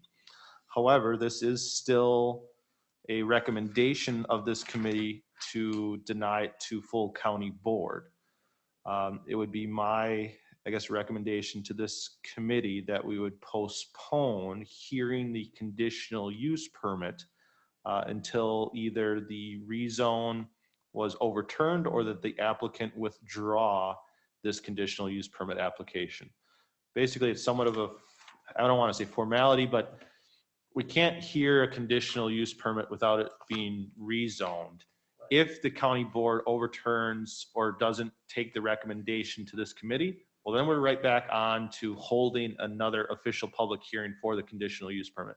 But instead of putting the cart in front of the horse and hearing a conditional use permit that doesn't have a approved zone district to be heard, again, it would be my recommendation that we would postpone this until the rezone was approved or that the applicant withdraw. You could, Or both. yeah, you could do both. I would say that the motion, it would be to postpone to a date certain, which would, because the board is going to act prior to the next zoning meeting. The board would act in March, which then if the board overturned, this wouldn't come back till April. It wouldn't come, We wouldn't have enough time to publish. okay, got it. I thought, oh, okay.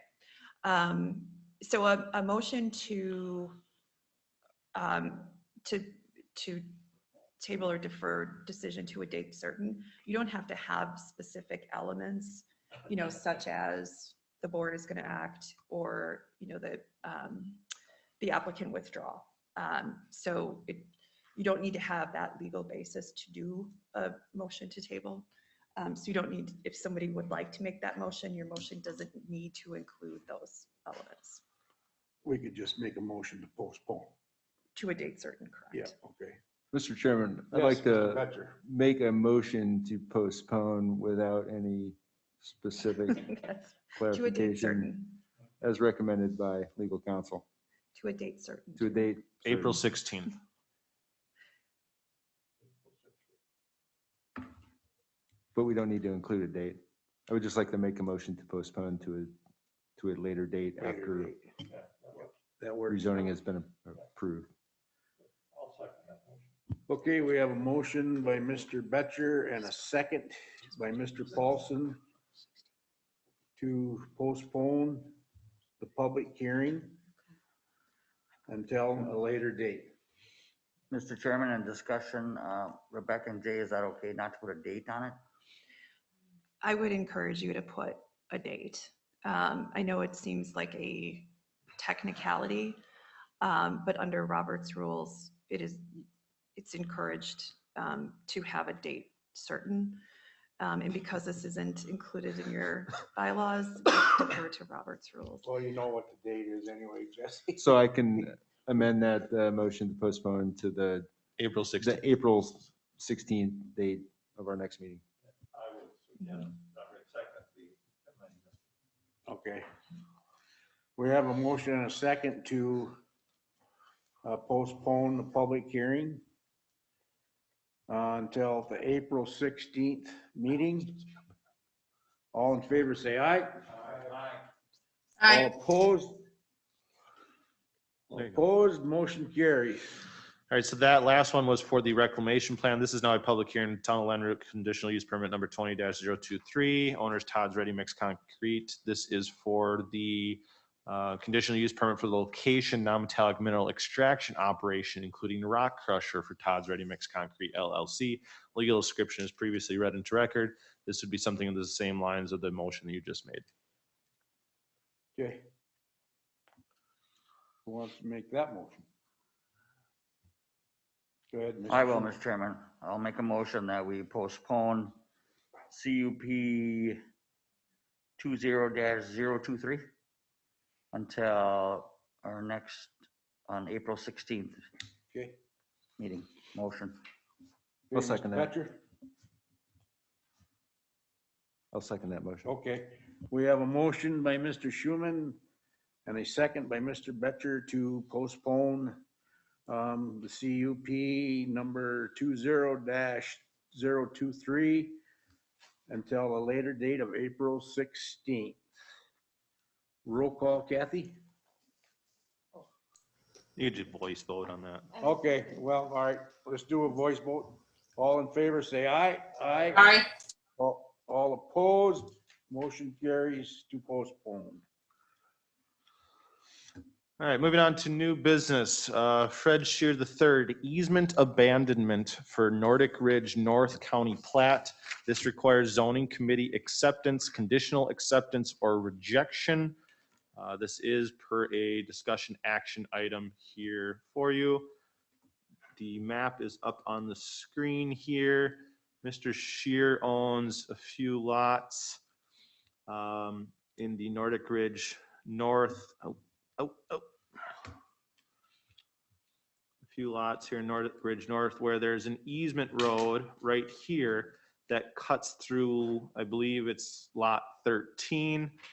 They are proposing that that easement road be removed, in that lot 13 would still have access from either lot 14 or 4. It just wouldn't be a throughway easement. Is that correct? Correct, yep. So this is the current county plat map showing of this easement. This would be the new map of the easement vacating of that said stretch. County surveyors looked this over. I myself have looked this over and have no issues with it.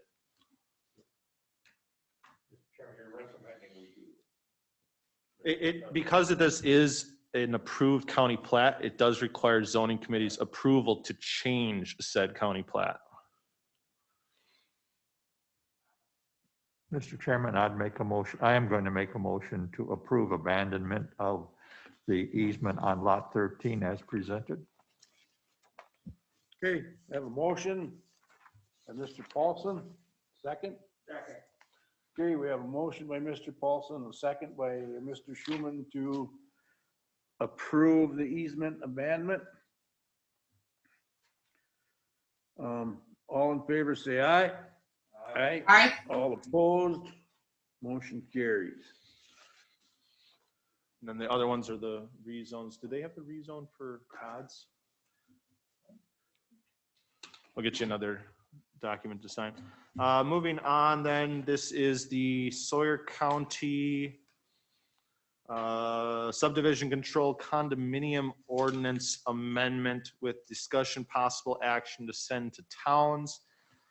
To bring you up to speed a little bit on what's going on here. Several months ago, myself was appealed on a zoning administrator's interpretation of our subdivision ordinance. In which you have up here in front of you is how the current sections of that read, specifically regarding section 4, where past administrations, not just the recent past, but going back 20 plus years ago, there was always a consideration at the zoning department that was made that when you split a piece of land, it dictates what the actual ownership of that land would be. So there's state plat laws and there's county subdivision laws. And if you were to split a tract of land into more than 4 parcels or 4 lots of land within 5 years, it requires either a county plat or a state subdivision plat. But yet the language that's included in here talks about that a single form of ownership would then dictate what a parcel of land would be.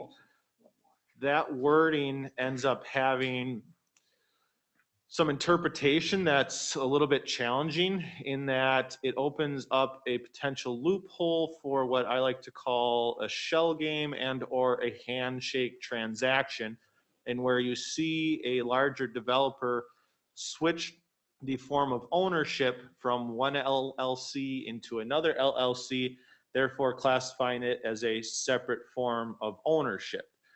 So there's somewhat of a loophole that's out there in our ordinance that allows a larger developer to buy up a bunch of land, switch the names of those lands, further subdivide, switch names again, further subdivide, and gets away from the otherwise state platting requirements or county platting requirements. That by no means is the intention of Chapter 236, which is the state plat laws, and by no means the intention of the Sawyer County subdivision ordinance. So I do have some recommended changes to that ordinance that would basically close that loophole from occurring, and that the intent of the ordinance is that when you are doing a larger split for single family lots or splitting more than 4 lots within that 5-year time frame, that you would come and between the town and this committee and get either a county plat or a state subdivision plat. I do have those changes up here in front of you. I do know that the county surveyor is also online, and I think he had some comments that he wanted to make on this. I know Rebecca and I sat down. This is something that, you know, it was really kind of opened up to our office, myself, legal counsel, with that appeal process, which ultimately was withdrawn, but it is still something that we want to again, work quickly on to close that loophole, and that it is not the intent of the ordinance to play that shell game and just switch it into a different LLC all the time. Mr. Pfluger, you're the county surveyor. What would you like to tell us? Well, I got some comments. So all the way back to the beginning, we've had our first subdivision ordinance in 2003, or no, excuse me, 2006. We amended it in 13, under section 4.0.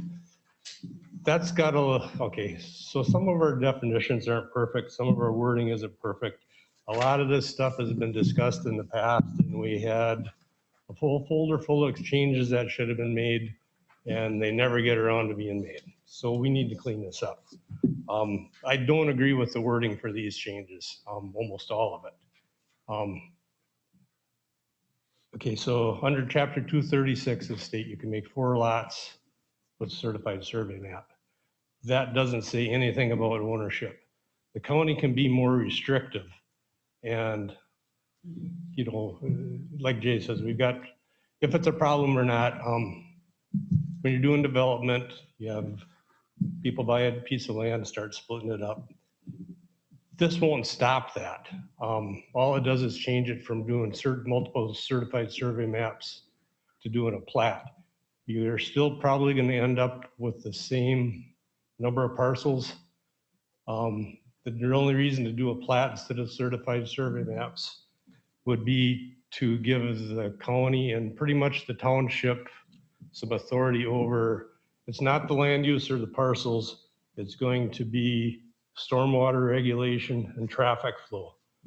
Towns want to deal with, that's the reason we got our subdivision ordinance now, is from probably in the early 2000s. Some developers did a whole bunch of development in the southern end of the county, Radisson, Winter, by certified survey map with no town roads. The towns didn't like that. We got our ordinance. So this isn't really the number of lots, it's just how they get done. It's a way to control, if we could do a plat or certified survey maps.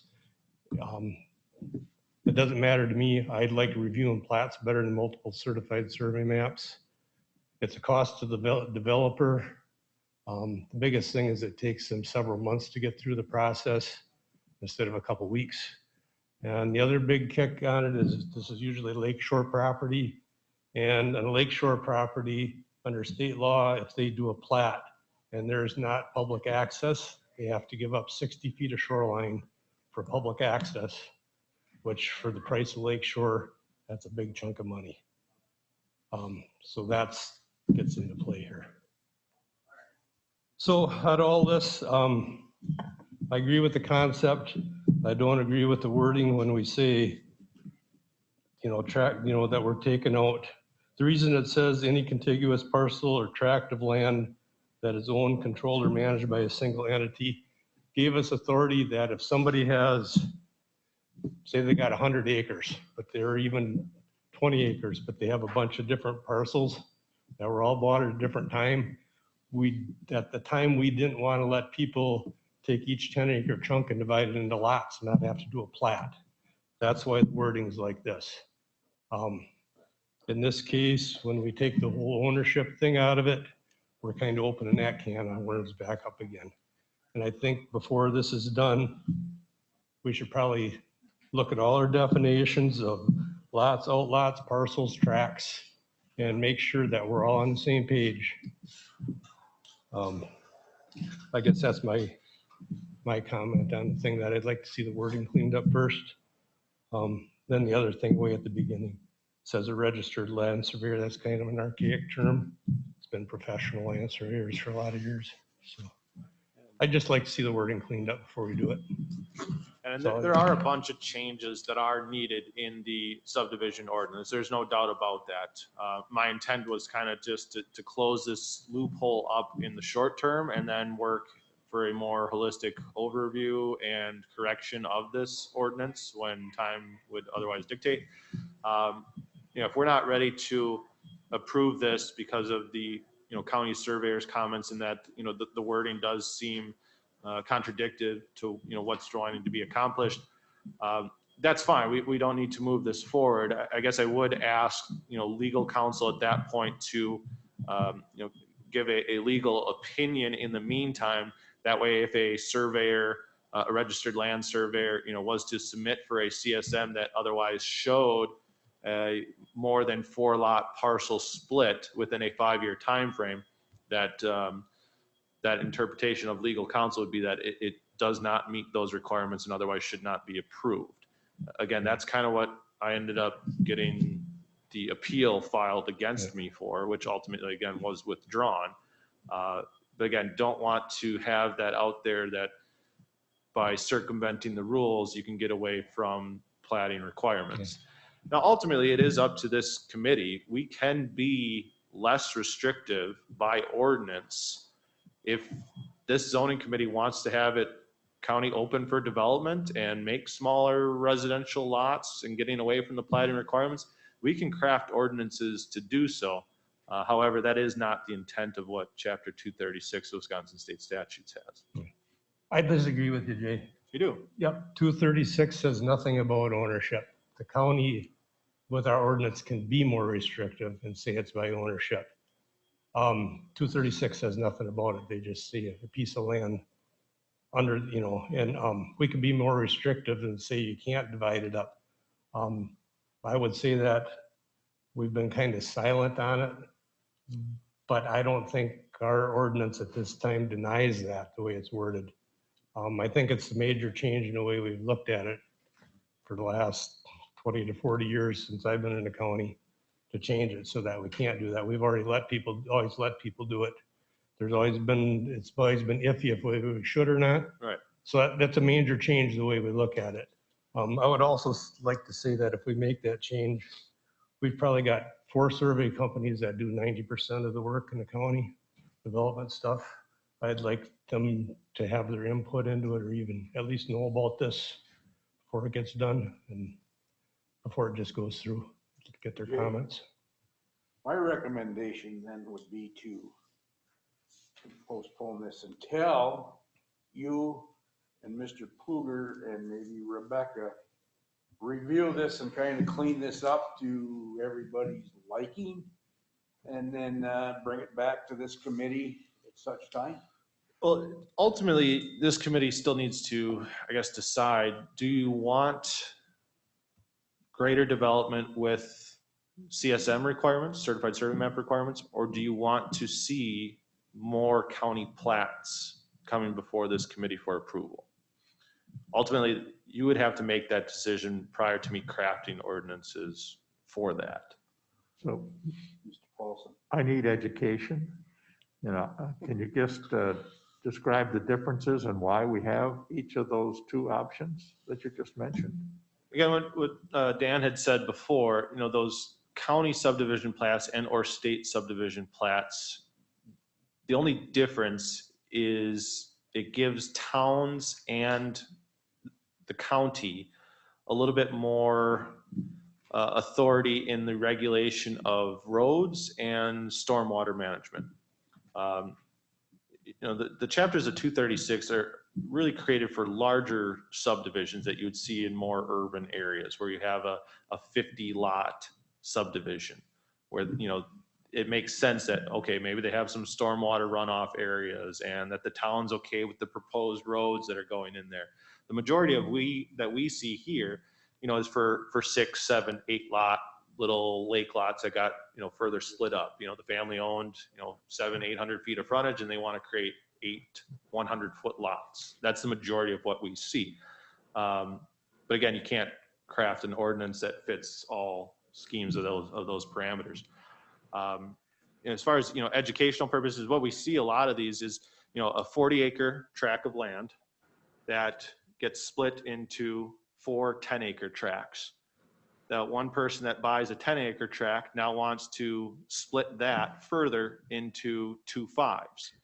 By our current ordinance, if that form of ownership has changed, we allow it. Otherwise, they would have to wait 5 years in order to further subdivide that. So there's still avenues in the ordinance that allow, wait 5 years and you can split it 4 more times, or you can go through the plat requirements and get it all done in one shot. And like Dan said, the only other issue out there is with lakeshore development, in that if you are doing a state plat and there isn't public access, I believe it's either a mile or a mile and a half. That's county plat too. That's county plat? County. Is it a mile or a mile and a half? Half mile. Half mile. If there isn't a public access within a half mile, you need to dedicate a public access, a 60-foot public access, which 60 feet of lakefront on Round Lake or 60 feet of lakefront on Lac-Courte is quite a bit of money. Now, again, is the intent to create additional public access, or is this something where you want to see large or smaller lakeshore lots that still meet the minimum dimensional requirements? Mr. Kozlowski, what's the risk of waiting? There seems to be a sense of urgency here. The risk would be that, I was appealed on my decision in approving of a CSM a few months back, in that if we don't act and another surveyor was to submit for a certified survey map, splitting a tract of land by changing the form of ownership more than 4 parcels within a 5-year time frame, I'm back to where I am twiddling my thumbs. Should I approve this? Should I not approve this? Am I going to get appealed again on a decision I've made? And luckily, I have a crack legal counsel that is Johnny on the spot with helping me make those decisions. So I think there could be at least a legal counsel opinion for a short-term fix as far as approving some of those, but that's still up to debate because I could get appealed for not approving a CSM. I have 90 days to approve a CSM, and if someone submits it, I need to either reject it or approve it or conditionally approve it within 90 days. I guess I could reject it based on legal counsel's opinion, but that would, depending on who the surveyor was or the developer was, it would probably go to an appeal process. I think our ordinance now allows it. We've been doing it, but it doesn't say we don't allow it. The state doesn't, the state says we could be more restrictive, but we have to spell it out in our ordinance. Right, and if we want to allow it, This that's whole thing fine. isn't really about development. It's not that we don't have order of the development. It's about appealing what we've been doing, Right. Well, Mr. Chairman, I guess I really need some further education, but I don't want to delay action and open ourselves up to some other further risks. So realistically, Mr. Kozlowski, what are the chances of what you described happening, say, within the next month? Probably slim, but ultimately, this wouldn't be approved for 3-4 months where, yeah, it would probably put it at a 50-50 chance of someone coming in with an additional lot split of It more doesn't than mean 4 we're gonna lots. get appealed on somebody coming in with a lot Right. split. I mean, it's been going on for Years. forever until a couple months ago. Right. Yeah.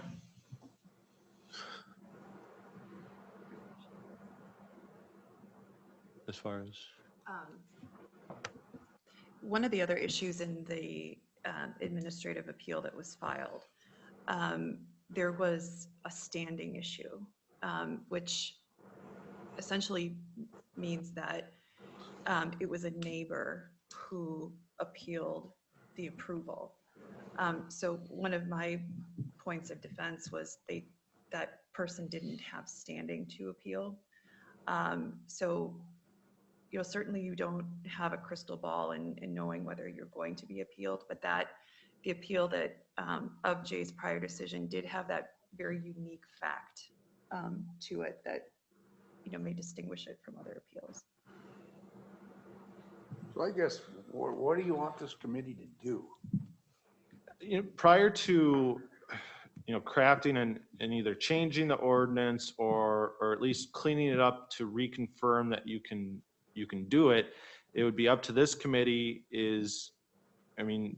do you want to allow for larger than 4 lot split within a 5-year time frame, or do you not? The ownership issue becomes problematic in its same regard, in that I would say the initial intent for the form of ownership would be, that scenario I used before. You had a 40-acre tract of land and you sold it to 4 different people, A, B, C, and D. The owner of D now wants to further split that and give it to both of their kids. I think the intent for that form of ownership through an actual codified and legal transaction was fine and dandy, and we liked that aspect. But now the owner of C wants to split that again and sell it to himself as an LLC and create 2.5-acre chunks, and then sell those 2.5-acre chunks to 4 other individuals. You're really cramming a lot of development together through a certified survey map process where, again, it's up to this committee do you want that to occur by a CSM process, or do you want it to occur by a subdivision process, a county plat process? The end game result on non-lakeshore is 99% of the time going to be the same. It's those lakeshore developments and or very large cluster subdivisions where that stormwater, road access, and or dedicated lake access are going to become the major issues between the CSM process and the county plat process or state plat process. What's your preference, Katie? Just a clarification, Jay, on the lakefront stuff, which one required the public access of 60 feet of public access? That was the plat procedure and not the CSM? The plat procedures. Right, so that one sounds maybe like the one we want to avoid or steer away from. Does that sound reasonable? I don't necessarily have a preference on it. And I'm thinking about the land. If you were to ask a developer what his preference would be, I could tell you that, yeah, he doesn't want to give up that 60 feet of dedicated public access. He wants to sell it and make money. Right, no, I mean, not just developer, I mean, any reasonable property owner is not going to want that. Any voting resident of the county is not going to want to have to give up 60 feet for public access. So it seems like that would be the one that I would want to avoid. And this is me who owns 0 lakefront properties, you know, so I don't have a dog in the fight. I'm just saying that I don't think that it doesn't sound like that's the route we want to pursue. Right, so the preference, I have no preference. It's just, we can table this, we can postpone this. We don't have to take action on this. This is potential action. But it's ultimately, you know, what this committee wants to see. Do you want to see more subdivisions and county plats and state plats come for your approval? Or would you rather have it done by certified survey map process, which you ultimately don't see, and Mr. Pluger and myself would review and approve those? So, and we can craft language from that as to the direction you give. Well, I don't think everything has to come in front of this committee. no, You know, and I kind of agree with that part of it where, well, you know, Mr. Kluger, that part, I mean, we're getting enough where we don't need more.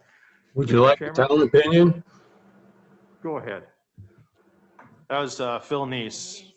Yeah, could I just, Mr. Phil Neese Doctor, from- could I make a comment? What's that? Can we just have something that says the pluses and minuses of each of the approaches so we can make a rational decision? I mean, Well, I'm seeing this explanation for the first time. Sorry, Phil. Hang Good on, morning. Phil. This is Phil Neese, the town of Bass Lake, and I was involved with the original county subdivision control the last time we did it.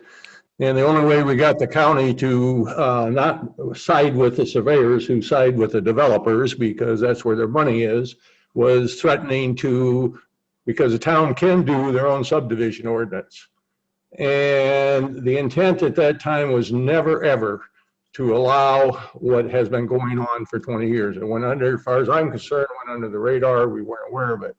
The land is by ownership, does not know who it's owned by. And if you look at our current ordinance, I don't know how many different places in our subdivision ordinance, we refer to tract of land, and that's what we need to be doing. And as far as, because a developer has to give up 60 feet on a lakeshore, you know, the idea is protecting our resource and keeping the density and the planning ahead of us.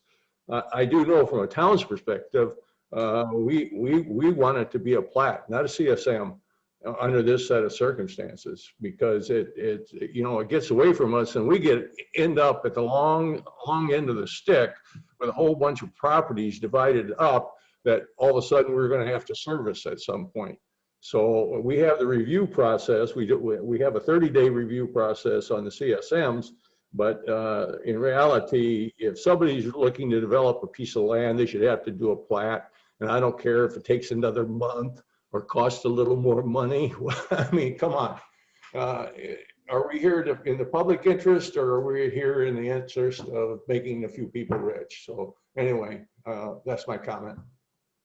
I really think this needs to be stopped, and stopped now, and that we need to go back to what the original intent was, and that's what, and I don't think it's changed from a public interest standpoint. So, thank you. Dan, you had something you wanted to say? Yeah, actually, I mean, it sounds like a big deal. We might go years without seeing one of these. This year we saw 2. I mean, it isn't like what we were talking this year, maybe a dozen lots total. Yep. Most of these, okay, in the county plats, I've been working here for almost 20 years. I think we've seen half a dozen in 20 years. This isn't a big deal at that standpoint. I do agree, we need to make the decision whether this is allowed or not. I think you're still going to see the same development. It just, if you want, basically it's letting the towns have their kick at the cat for road stuff and for water runoff. And I support that. The biggest thing though with the towns, they were the pusher on all this in the first place back in 2006. And we suggested strongly that they were all town roads. I think the only one I've ever seen is Hatchery Creek. The rest of that, the towns don't want the roads anymore. They want them to be private roads. They don't want to take care of them. So like I said, I'm pretty much in support of the plat thing. I don't like the wording of this because I think it confuses other parts of the ordinance.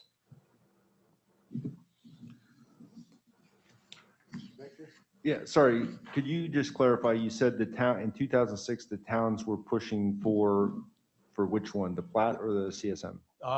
They were pushing for the subdivision ordinance. At that time, they wanted to control, people made a couple developments that might have 70 lots with 4 lots in, in all these certified survey maps.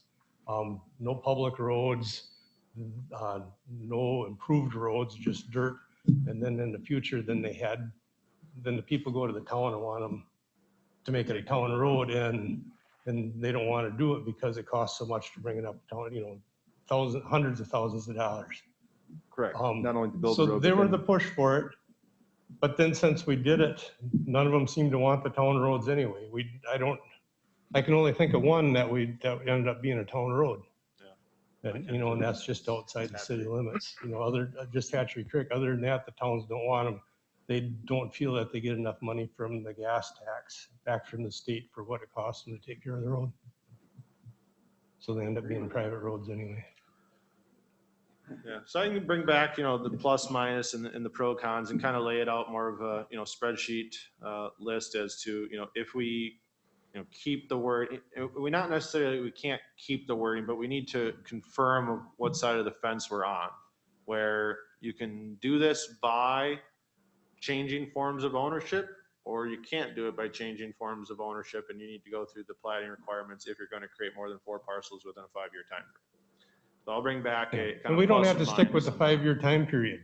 We No, can be, that's- we that's can be, ours as well. that's state, but we can be more, none of this is covered by state. We can be more restrictive or less restrictive with that. We can make it 10 years. We can make it 2 years.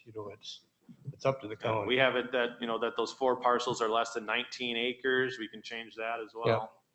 We also need to change under the shoreland. That keeps coming up. It says a certified survey map shall be required for each new parcel regardless of size. Okay, you got somebody that owns 640 acres and wants to sell 5 acres to their neighbor, and there's a stream there. They don't have to just survey the 5 acres. They have to survey the rest of 640 acres under a strict interpretation.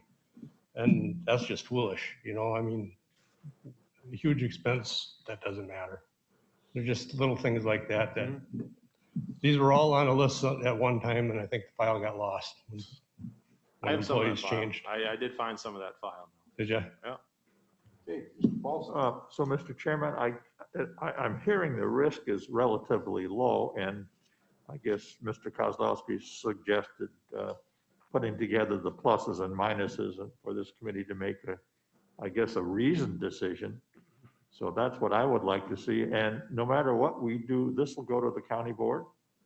Yeah, it'll actually, go to the towns, and that is a county ordinance, so it requires 50% town approval. We'd have to hold an official public hearing on any changes to that ordinance, and then it would go to county board for ratification. Right. Or amendment.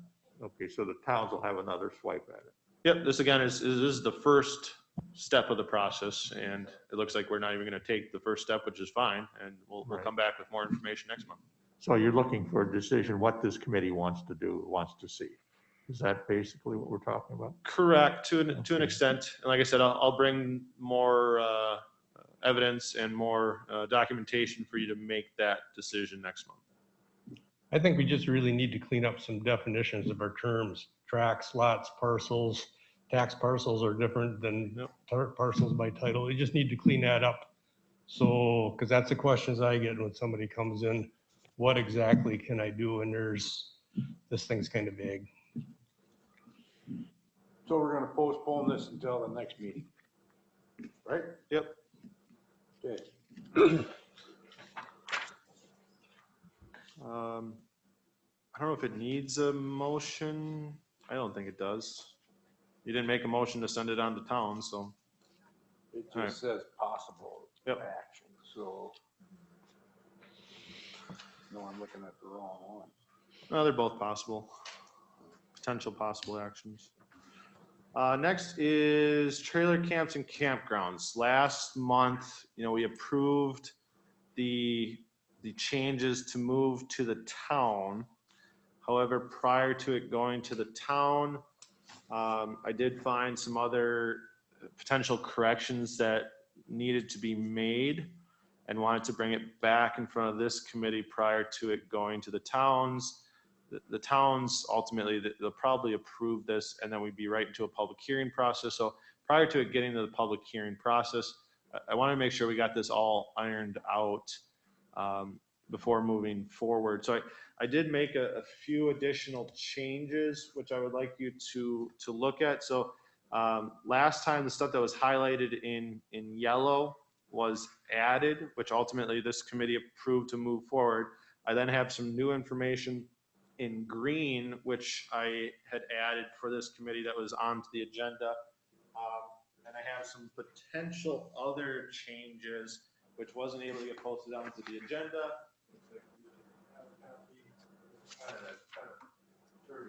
Yeah. And there are some other campground owners that are on virtually as well as here in person that probably have some other additional comments. Yep, prior to it getting that far, the one I did want to bring up was the one that's highlighted in green up on the screen.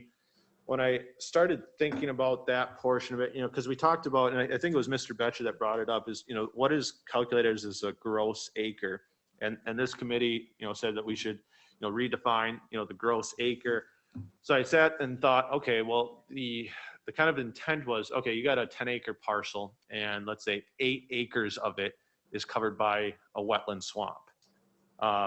You shouldn't be able to cram, in essence, all those campers into that 2 acres of upland.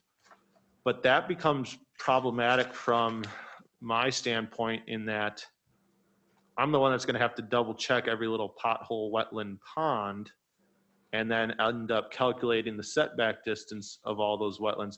It's one thing to have 8 acres encompassed in that entire parcel, but you have a little wetland pond here, a little wetland pond here, a little wetland pond here, a little swamp area there, as well as the perimeter of being 75 feet around the perimeter, and then somehow trying to extrapolate and calculate that area as being part of what otherwise would be buildable area for the campground.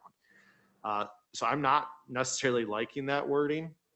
I think it might be easier to just use it as what I've shown you here in pink as the handout, as 5 acres per gross parcel acreage of the campground. It can go either way. If someone has better wording to use there, I'm all for it. But the green wording, I think, becomes a little bit problematic for me. There was 2 other issues that were brought up from another campground owner. That again is going to be specifically on the handout. That would be for the dates of operation, as well as the manager or designee on site for 24 hours per day. There are instances where we do get some very warm late Marches, early Aprils, and by adopting this wording, you're telling that campground that nope, it's 70 degrees out in April, you can't open up because we say here in ordinance that it's only open from May till October 15th. There are other campgrounds that do see some people come for fall recreational activities, be it hunting, 4-wheeling, whatever the case may be, where a lot of that activity can go well into late November. I did have a proposal where our other private campers on privately owned lots in most townships have a stipulation that they need to be removed from the property by December 1st of each year and cannot return until March 1st the following year. A lot of towns have chosen that they don't want to see winter camping. Basically, if you kept a camper there all year for 10 years, that camper is going to just rust and rot and fall apart and it's going to sit on the land. So the intent was to always keep them movable. And I think those dates would, kind of line up and be suitable or advantageous for other campground owners. So I did make that change in pink from going, instead of, May 1 until October 15th, it'd be March 1 until December 1st. Can you tell me what these colors mean? Yeah. So yellow was the changes that were approved last month. This committee, the policy setters approved. Correct. The red is what was stricken out of the current ordinance and ultimately replaced with the yellow. The green is what I had added coming forward to this committee this month, in that I saw there was some potential needs of changes with those green. The pink and or purple now is kind of at the 11th hour, wasn't able to get it on the agenda, where I saw, there's probably some additional errors that I needed to cover in there. So I am sorry about the confusion of the color coding. So this, what's our obligation for the agenda and supplement? 24 hours? Correct. So we've got this less than 24 hours. Correct. But again, this would still be, a motion for this committee to bring it to the towns for approval.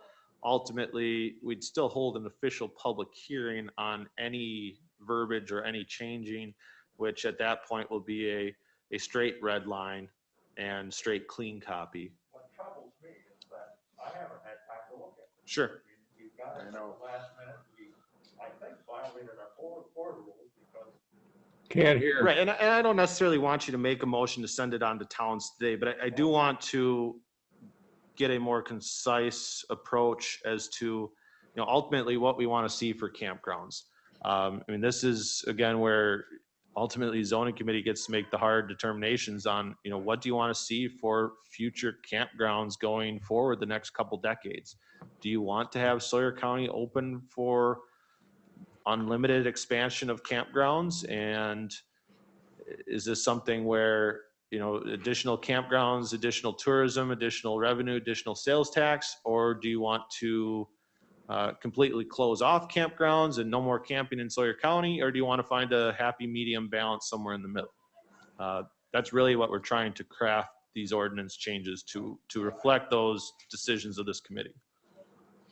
I understand the goal. It's just, I'm fussing with just having such late notice and not having complied with our board rules, that I'm not necessarily convinced we could even take action on this. I agree.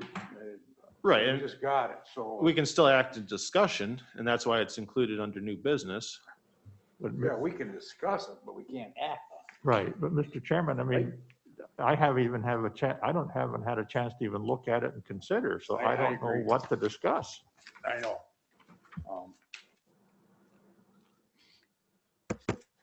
I got a question, Mr. Chairman. Go ahead, For you, Mr. Jay. Chairman. Well, we've got a rezone coming up next month, which this may pertain to.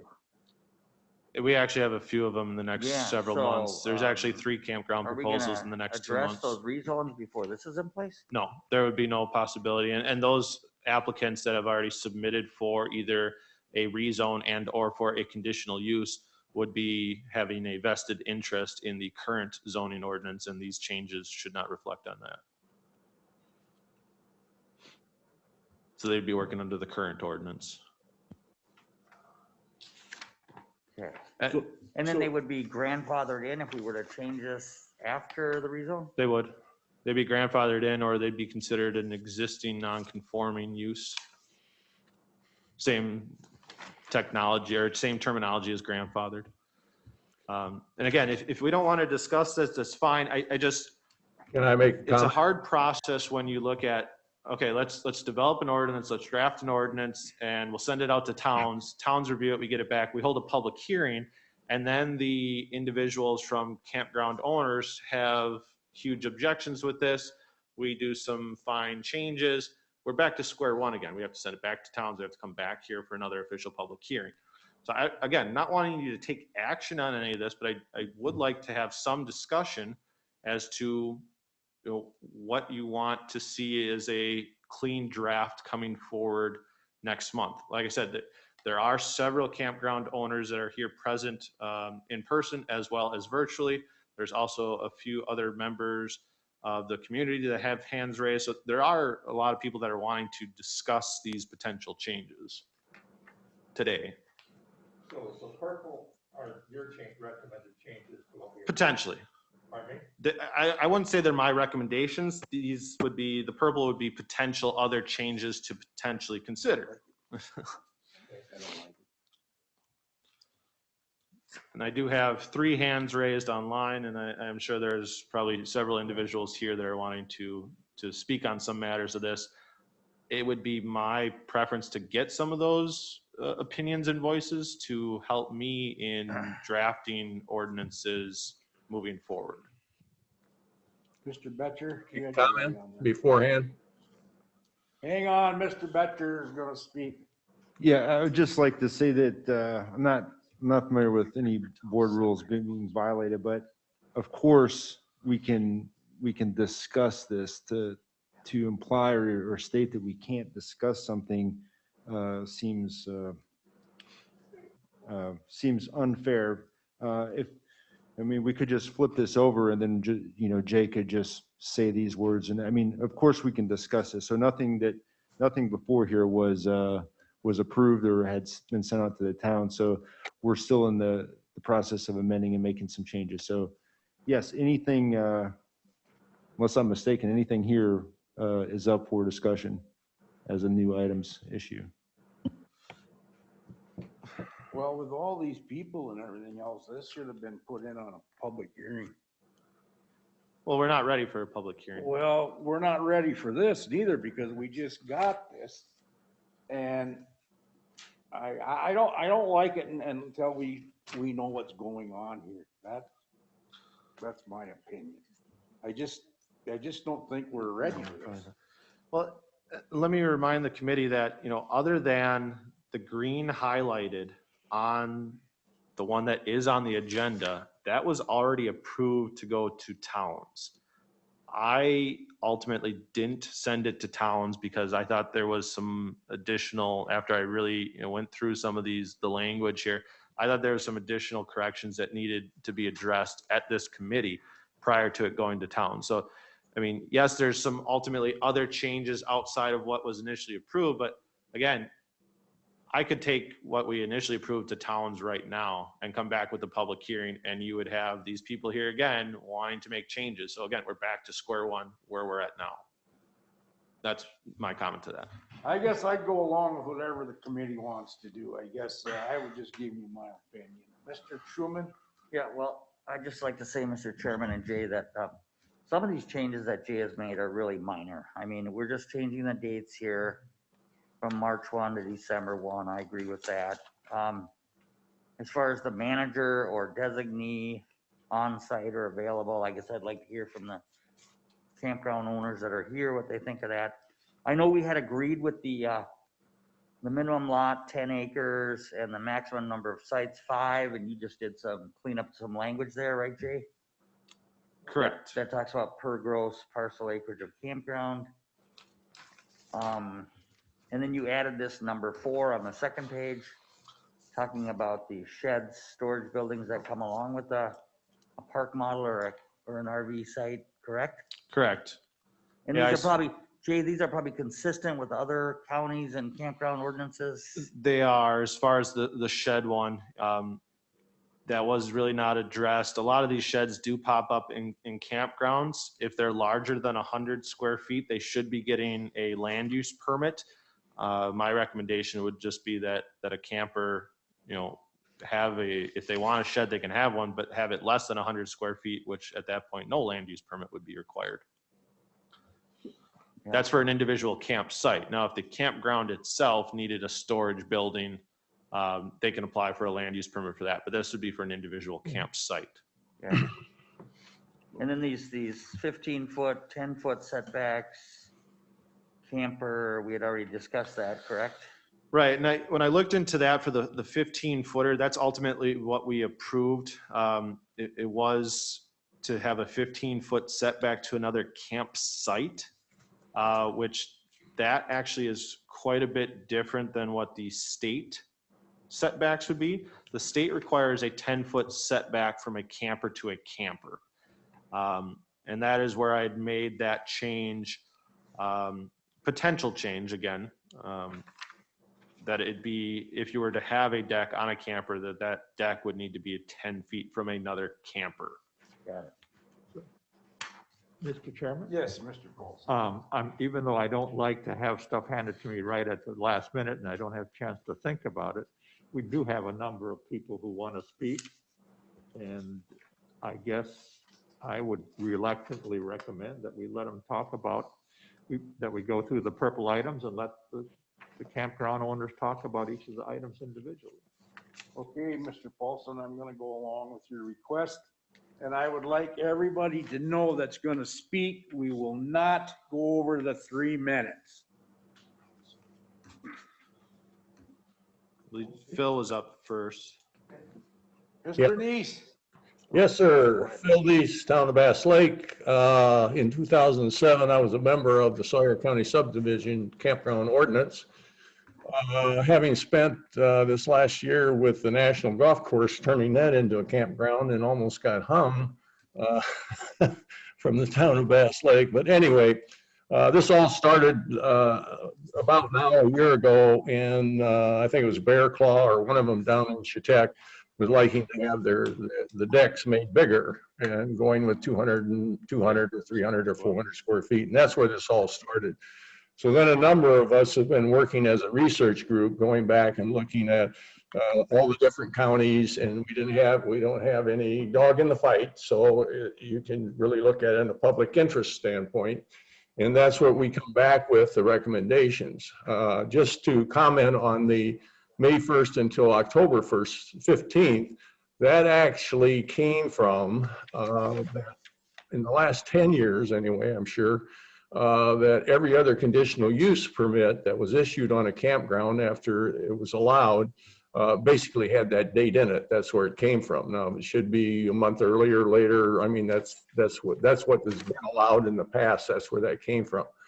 The major designee portion of it was had to do with law enforcement, in the fact that we had several campgrounds over the years who nobody was around, and so then there was a problem, and then there was nobody responsible or nobody to come and see. And again, almost every one of the conditional use permits that have been granted recently anyway, somebody has to be on site or available close enough to be on site, somebody that you have a contact person if there is a problem. So that's where that came from. Also, the downlighting has been in every one, at least in the last 5 years. So anyway, I just add those comments to you. I think that, we have to look at this as somewhat different, because camping is no longer a tent and a fire ring. It's basically small lots with park models, and that's the future, and that's the way it's going. So the idea was to try to control somewhat of the density, so we don't have little small tiny villages sitting here. So anyway, that's my comments, and put a lot of effort into it. A number of people, a number of campground owners and so forth have offered different things. So, and this is what was offered in working with zoning. So anyway, that's my comments. Thanks, Bill. Go ahead, Mr. Paulson. Jay, can you just give me the color coding again? Yeah, and I think the better approach to use after speaking with legal counsel is we do have a draft version that was posted to the agenda, which is up in front of you and is on the screen. That one was posted, that met all the agenda requirements, publication requirements. What I had just given you is kind of a further draft. And I don't want to say recommendations, but it's just other things to consider, which at this point, maybe we don't even look at the pink sheets that you have. We just look at what was posted on the agenda and we work off of there as where there might be other potential issues and hear from the general public as where they may have other potential issues. I would assume that in speaking with the general public, they're going to have issues with which I had given you and highlighted in pink. Does that make sense? Yeah. Okay. So again, let's not work off of the pink copy version in that wasn't posted to the agenda. That's not what's in front of you. What you have in front of you is the one up on the screen, which is just the yellow and the green highlighted. And again, we can hear from the general public and I can make potential changes and or suggestions as to what this committee sees fit. Okay. Who's up next? Oh, Mr. Paulson, you've got more? I got. Okay.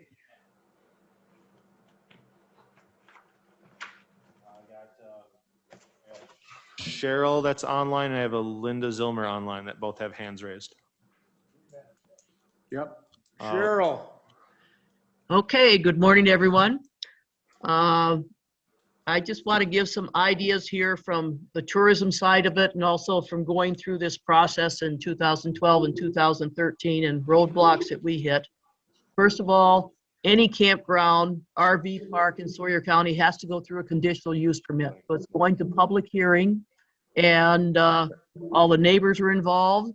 The next townships are involved. About everyone in the world is involved when this comes up. So, you know, to say that what you're doing here is cut in stone, with our case, we did a premium property and we have 14 covenants. That what really pissed me off was when I had to pay for the legal fees to have them put 14 covenants on our property.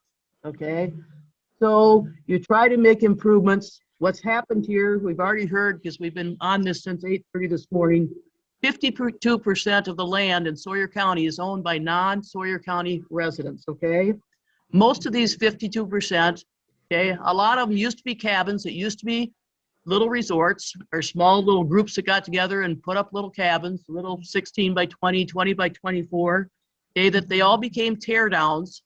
And then the likes of the people that a lot of them sitting on this board came in and then purchased these places, tore them down, or someone historically did, and they built up their houses, secondary homes or residences on these lakes.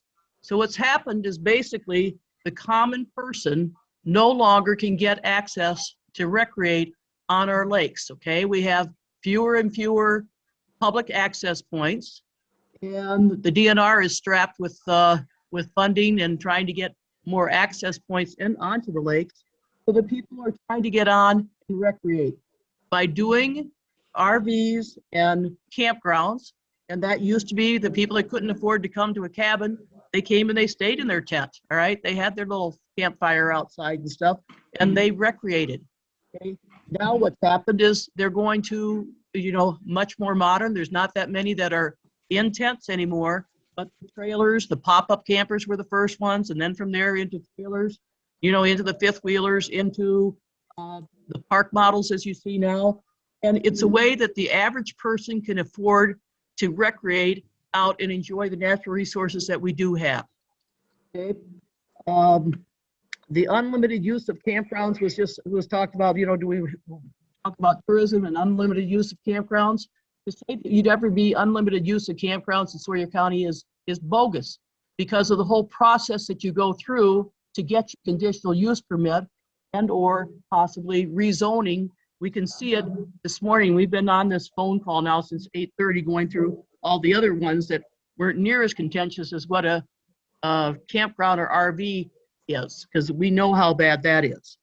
The price of real estate right now, you know, you're talking 60 feet, doing it in a subdivision or dividing lots and survey maps, you know, that the average person who's investing in that real estate, even to sell it off as lots, isn't going to give up 60 feet. So how do we get the public? Yes. Excuse us, but we give you 3 minutes.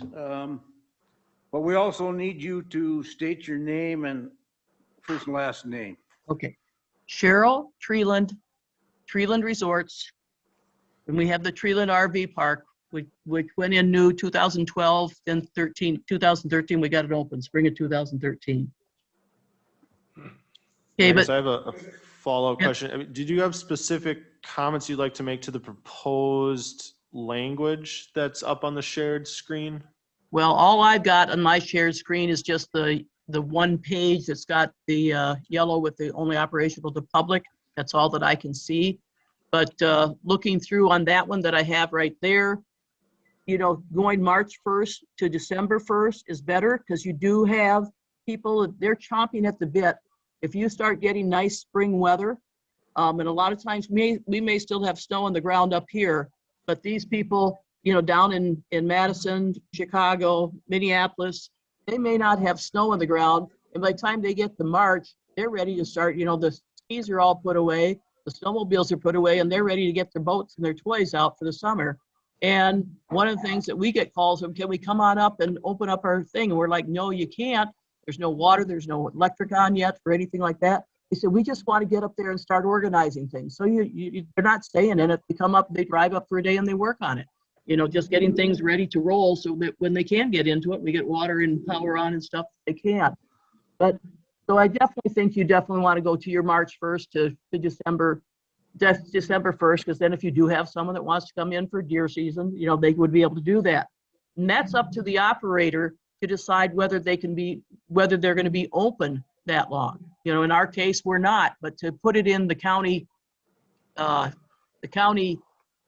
zoning to limit you to May 1 to October 15th, what if the October 15th is on a Friday, all right, and they want to be up that weekend to close, and now they're here till the 17th. So I think just cut it from, you know, March to then is good. But you have to look at tourism in this county. Cheryl, we're going to cut you off. We got other people that want to speak. I'm sorry. Okay. I did see Mr. Will Wallace's hand up there in the back. Yep, you want to come up here and state your name, sir?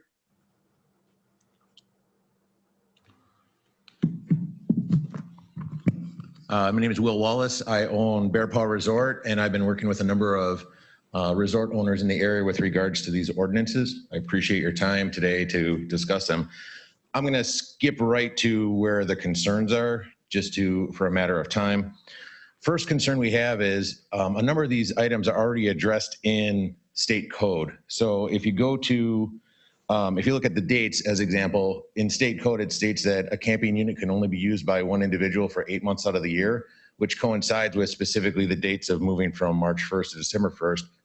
So the question really is, why is the county attempting to put rules in place in ordinances that are already governed by state?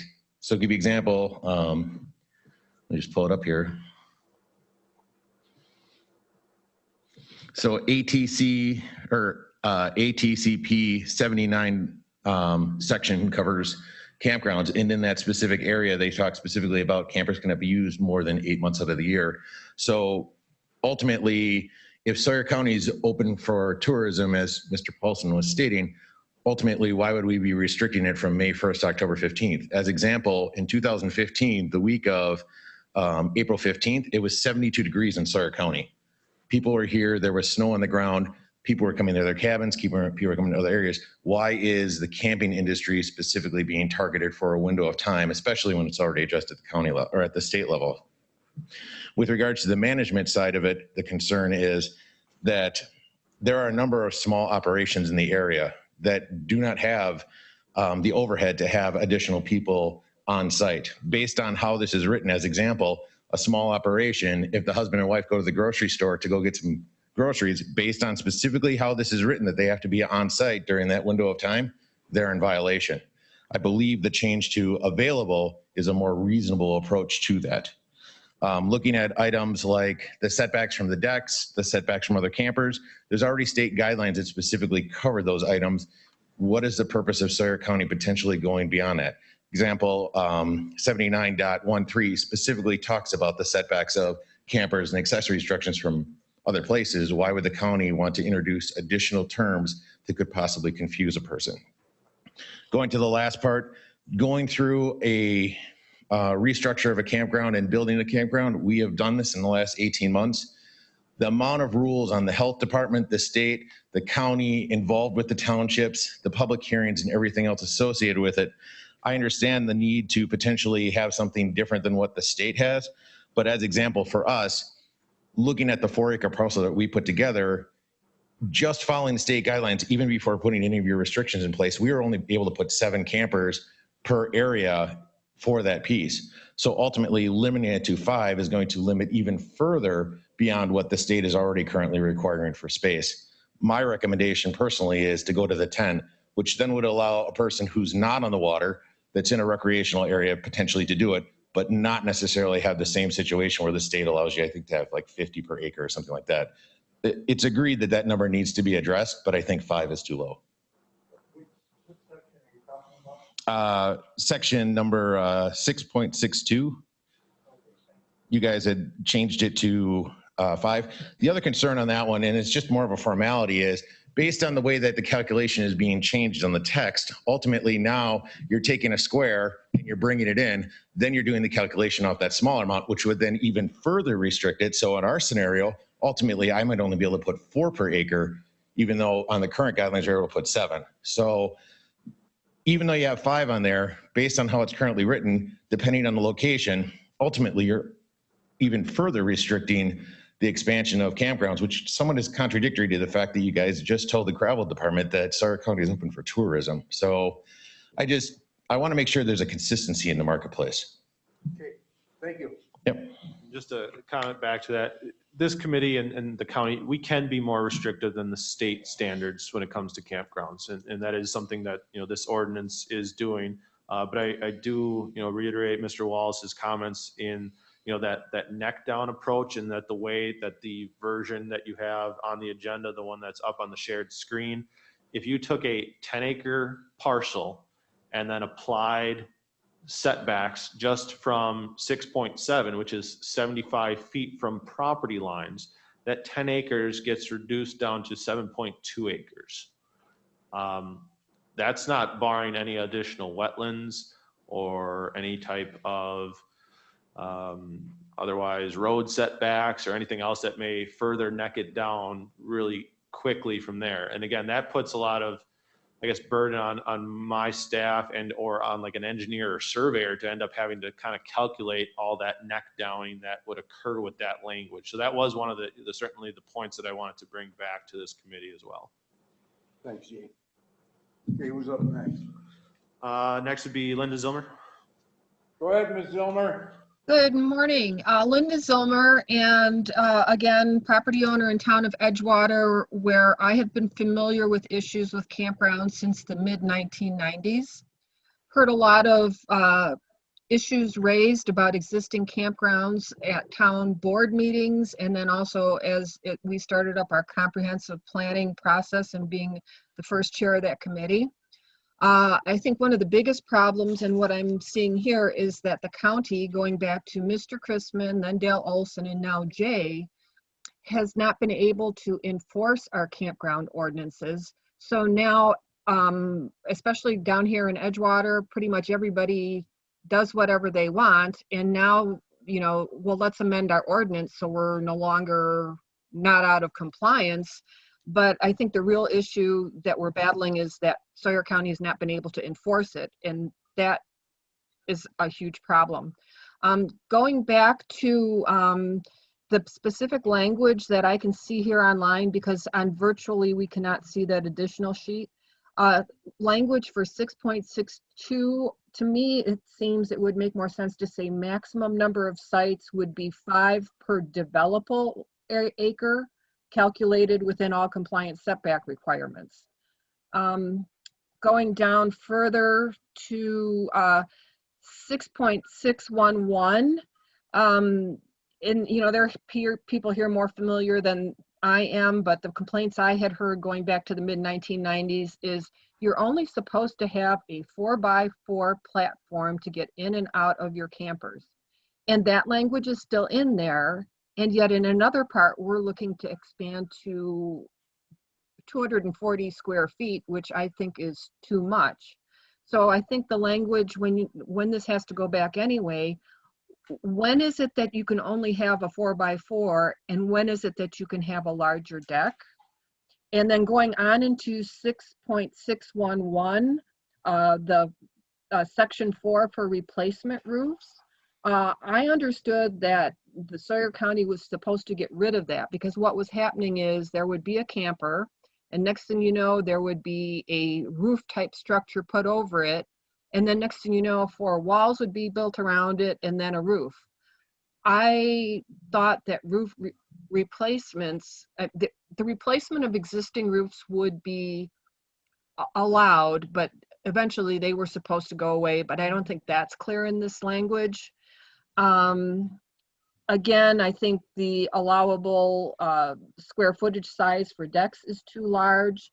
And the height of not to exceed 12 feet, I think that should be clarified, not to exceed 12 feet or the height of the camper.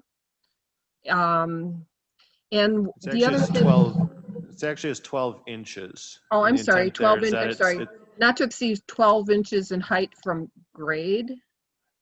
Yeah, so the intent is not to have a deck that would be flat and level with the doorway of the camper. This is to be basically an at-grade deck or patio and not a deck that would come off of what generally is about 3 feet in height, 2.5 feet in height from where the camper is. In that, that creates it to have more of wanting to enclose it, add sidewalls on it, screen it.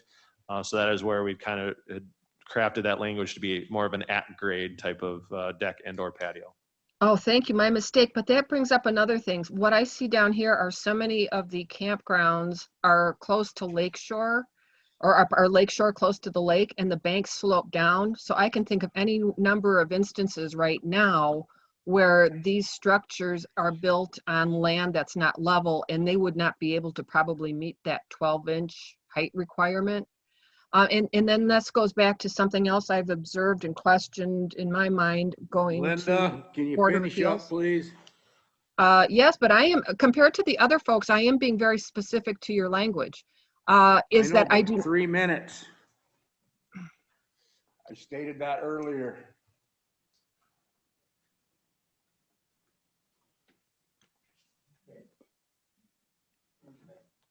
Who's next, Jay? Tatum, Treeland.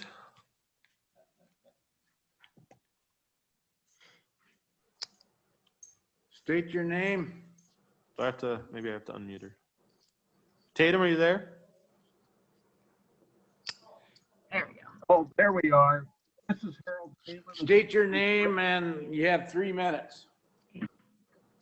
Harold Phelan, Phelan Resort. I'm using Tatum's computer because I don't know how to use one. I just have a couple of issues with the management having to be on site. I think that poses a liability issue where you can possibly make the owners or the management of the campground a criminal. They could be, in our case, we have family members who live on adjacent properties and who are recreational park, and they could be, you know, we could be sued because they're not on property. They're technically on another piece of property, or they're down at the main resort. I would think that a family of 4 coming up in a proper camper needs less management than, say, a group of 16 college kids staying in a VRBO. So I think it's a real important issue that you watch with this on-site management. I think 75-foot setbacks are also a little bit much. I mean, if you're going to do that, then I think you also ought to alleviate the tax burden on that unusable piece of land that we have there. And one other thing that we have found here in our 92 years of operation, 93, I'm sorry, is that people nowadays, when they talk about on-site management, we have found that people call 911 if they have an emergency, whether it be physical or other problems. We found that with the lodge open, all of a sudden we see an ambulance come into the place and we go down and find out what happened. And here, you know, somebody had a problem. So we have emergency services in place. Most people have cell phones. We mostly have coverage. So I think I think it's a little bit much. I really worry about the liability issue. And that's all for now. Thank you. And there are some additional hands there still raised. I don't know if you wanted to, circle back to anyone, but, from what I had kind of heard and had made some mentions, the dates of operation was brought up a few times. The having a manager or designee on site was an issue that people were experiencing, which again, looking at the pink version, which unfortunately only the committee members kind of have access to, that is where some of those potential changes that I kind of anticipated were going to come up in this meeting. So that's where we can make potential draft changes. Ultimately, I'd come back with a clean version for this committee to approve moving forward. I still think we need to figure out 6.62 for the maximum number of sites. There was some back and forth in those wanting to keep said language, those wanting to eliminate said language. The setbacks of 6.67 were brought up. And then some other, potential cleanups for, non-conforming campsites. Those non-conforming campsites, I believe it was Linda Zilmer that had brought it up on 6.611 parent 2. That would be for basically a pre-existing campground, certainly ones that potentially don't meet the required setbacks or would be meeting the setbacks as set forth in this ordinance. So if you had a camper that was situated 40 feet from the water, which there's a bunch of them out there at existing campgrounds, that they would only be allowed a 4x4 platform and not be available to the larger deck requirements as now proposed in section 5. Whether or not we want to talk about a potential new section to codify some language on sheds, we can certainly look at that. And then the other setback requirements from these decks and or patios to other campers. I think those are kind of the main portions that this committee needs to look at and kind of decide, which route we want to go on that. Ultimately, this will be a draft version that comes back to you next month in which we can still alter and change to hopefully then forward on to the towns and keep the process moving of doing some changes. Okay, Mr. Chairman, I got a quick question. Yes, for Jay. go ahead, Mr. Jay, Schuman. what about the 8-month camping season that Mr. Wallace brought up from Bear Paw? Is that, you said counties can be more restrictive. Can we extend the camping period like the state has 8 months? Yes, yeah. Okay. So then your dates of March 1 to December 1, that's 9 months, that would be good. I would think so. I guess I would have to ask Rebecca that one. I know there's other statutes of state ordinances in which you can't be more restrictive or can't be less restrictive. I'm not sure if ATCP 79 is one of those instances. But I do believe December 1 to, or March 1 to December 1 would be 8 months though, wouldn't it? Okay, Yeah. yep, you're right, okay. Right. Mr. Paulson? So Mr. Kozlowski, when do the campgrounds themselves turn off their utilities? You would have to talk to one of the campground owners that are online or here in the We've got one audience. right here. I'll tell you, last year we ended up turning our utilities on April 15th and we shut them off on October 22nd. At that point, we had the shower house still available up to the first part of November. Okay. Our situation is a little unique because we are just being obligated utilities on our property. So because of that, those are where our restrictions are. But I know that there are some places that have good shower houses that could extend the season further to November or earlier in April. It's just physically I have an old campground that hadn't been updated, so we're in the process of fixing it. I mean, I'm personally okay with March to December. Designee on-site, what are we trying to prevent or what's the goal there? I think this is an instance where a lot of that language, especially those first two that we're looking at in highlighted yellow, those were kind of conditions that we were seeing on a lot of the new campgrounds that were being proposed under conditional uses. Going back the last decade, those were almost standard conditions that we would put on campgrounds that you had to have a manager or a designee on site. I think on site, I think is a bad terminology there. I would make a recommendation that we change that to available. That if there is an issue between owners or different campsites, that there is someone available to address those issues without having to necessarily call a sheriff's department and to get involved. But yeah, on-site becomes very problematic verbiage right there. Available is good. Can we tighten up available, like available what? Within 8 hours, within an hour, available by phone? I mean, available is pretty vague to me. It is. So, I mean, I think, I don't disagree with on-site, taking out on-site, but, I think when we worked at the second home people or the VRBOs, available meant you had to have a manager or something within reasonable contact, and I guess I would like something like that. Yeah, I'm going to look into that, and Rebecca was offering some suggestions as far as, the wording there. I think we can make that work, and I'll bring back some draft there as more of suitable to the, like you said, is the VRBO, that there is a manager available, is it a designated time frame? And Rebecca's going to look up that verbiage here. So, Tweed, you still will comment? No, I'm sorry. Sir, you want to step up and state your name, and we'll give you 3 minutes. Okay, well, he's been sitting there. For a I'll be quick. Steve Bodenschatz, my son and I own Cisco's Resort on the Chippewa Flowage. I also own Crystal Lake RV Park in Columbia and Dane County. That's a 300-site park. We also own Jellystone Campground in Fort Atkinson, 569 sites, and we're just developing adjacent to that another 160-site brand new all-park model community in Jefferson County. I can tell you the 3 counties I work in, this is much more restrictive than our other counties. The other counties I have these large substantial properties in are also much more densely populated. I think Sawyer County is the 5th largest geographic county in the state. I think we're pretty low on the chart as far as population wise, so we don't have a density issue here. I'm okay with that available part as far as on-site, as far as a manager. The 5 per acre is very restrictive. 10 per acre I would like to see, and not be restricted to 5 per acre.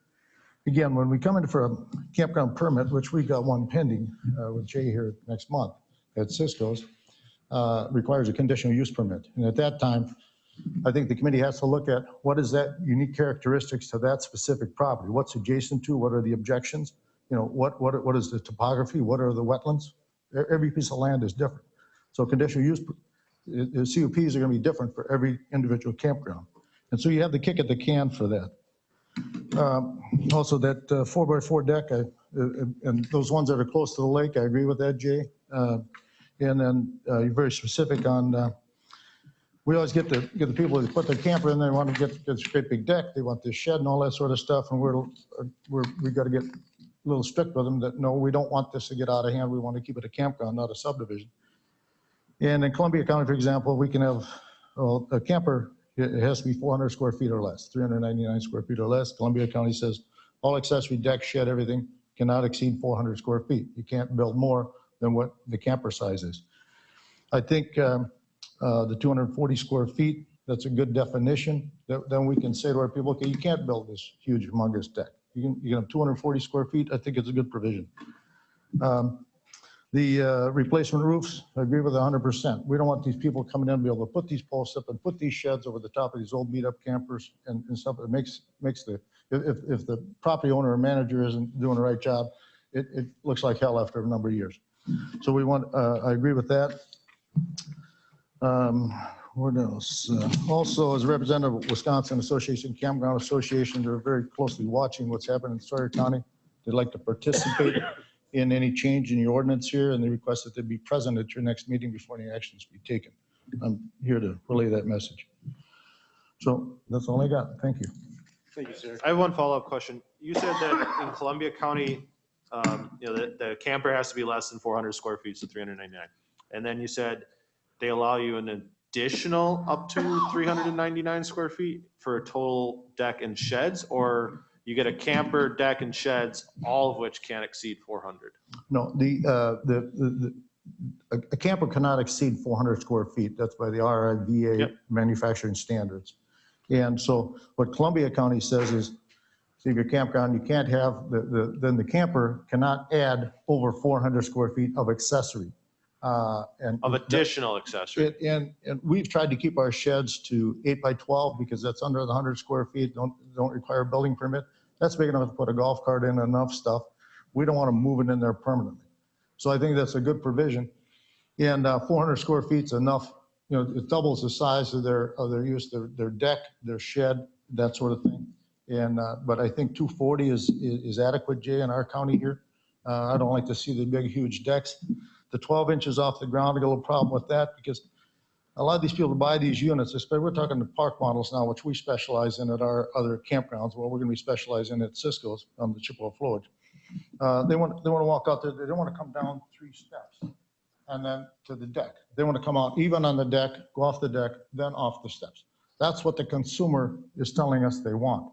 So to operate a campground, we have to listen to who our customer is. So I don't think there should be restriction on how high the deck should be because just like Marie Zomer said, there's sloping soils and that sort of thing. It gets into an interpretation for you on site, Jay, as to, well, that's 14 inches or 22 inches on one end and 10 on the other. Is it average or, I think that's gonna be hard to enforce. But the square footage, I think, is very easy to enforce and to regulate. Anything else? Nope, that's all. Thank you, sir. And just a comment back to the committee, ultimately that is something for you to decide. Is at least somewhat an vision of mine that if we allowed a deck to be at even height of the door of the camper, it makes it easier and harder to regulate when someone then ends up putting it screened in, putting up sidewalls, turning it into, which I've seen a few times, kind of additions onto campers. So the intent was to keep it as an at-grade in hopes of that not happening. But again, I would leave that up to the committee as to what do you want to envision campgrounds of the future in Sawyer County to look like?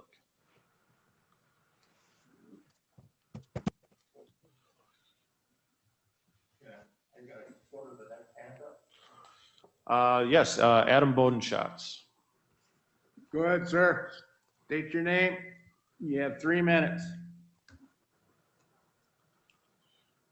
Adam Bodenschatz, Cisco's Pine Point Resort. I'm not going to touch on anything that we've already talked about, just 3 items here. On 6.67, it says no site shall be less than now 75 feet from ordinary high water mark or the lot lines. What's the reason for this, or where did this come about? I may have missed in the previous meetings, but if someone could please update me on that, I'd appreciate it. And I think the main reason behind that is obviously campgrounds have a lot of stigma behind them as to those that are adjacent to new campground proposals, be it the, not in my backyard approach. And, that was one of the main things we've seen over the last decade in that, well, now there's going to be a campsite 50 feet from my back line. So that's where that increase, was added. There has been, and there is state shoreline setback requirements that would still require 75 feet from the ordinary high water mark. So that's just being further codified in this ordinance. That's not necessarily a change as to current ordinances. But the lot line one is a change. And again, that's, something that we've seen and heard testimony of at these committee meetings over the last decade, and that people didn't want campsites that close to ultimately their property lines. Yeah, okay. Well, that's what I was figuring, Jay, but I just got to stress that I don't agree with that. I don't know what an extra 25 feet is going to gain anybody. And that's just my opinion on that matter. It also takes away from usable land of ours, depending on how the land is outlined, 8 to 10%, an extra 8 to 10%. If you do the math on that, is what I did this morning. Moving on to the next one. I think that on 6.6115B, I don't know if that was reiterated that the terminology should be stated as camper instead of campsite.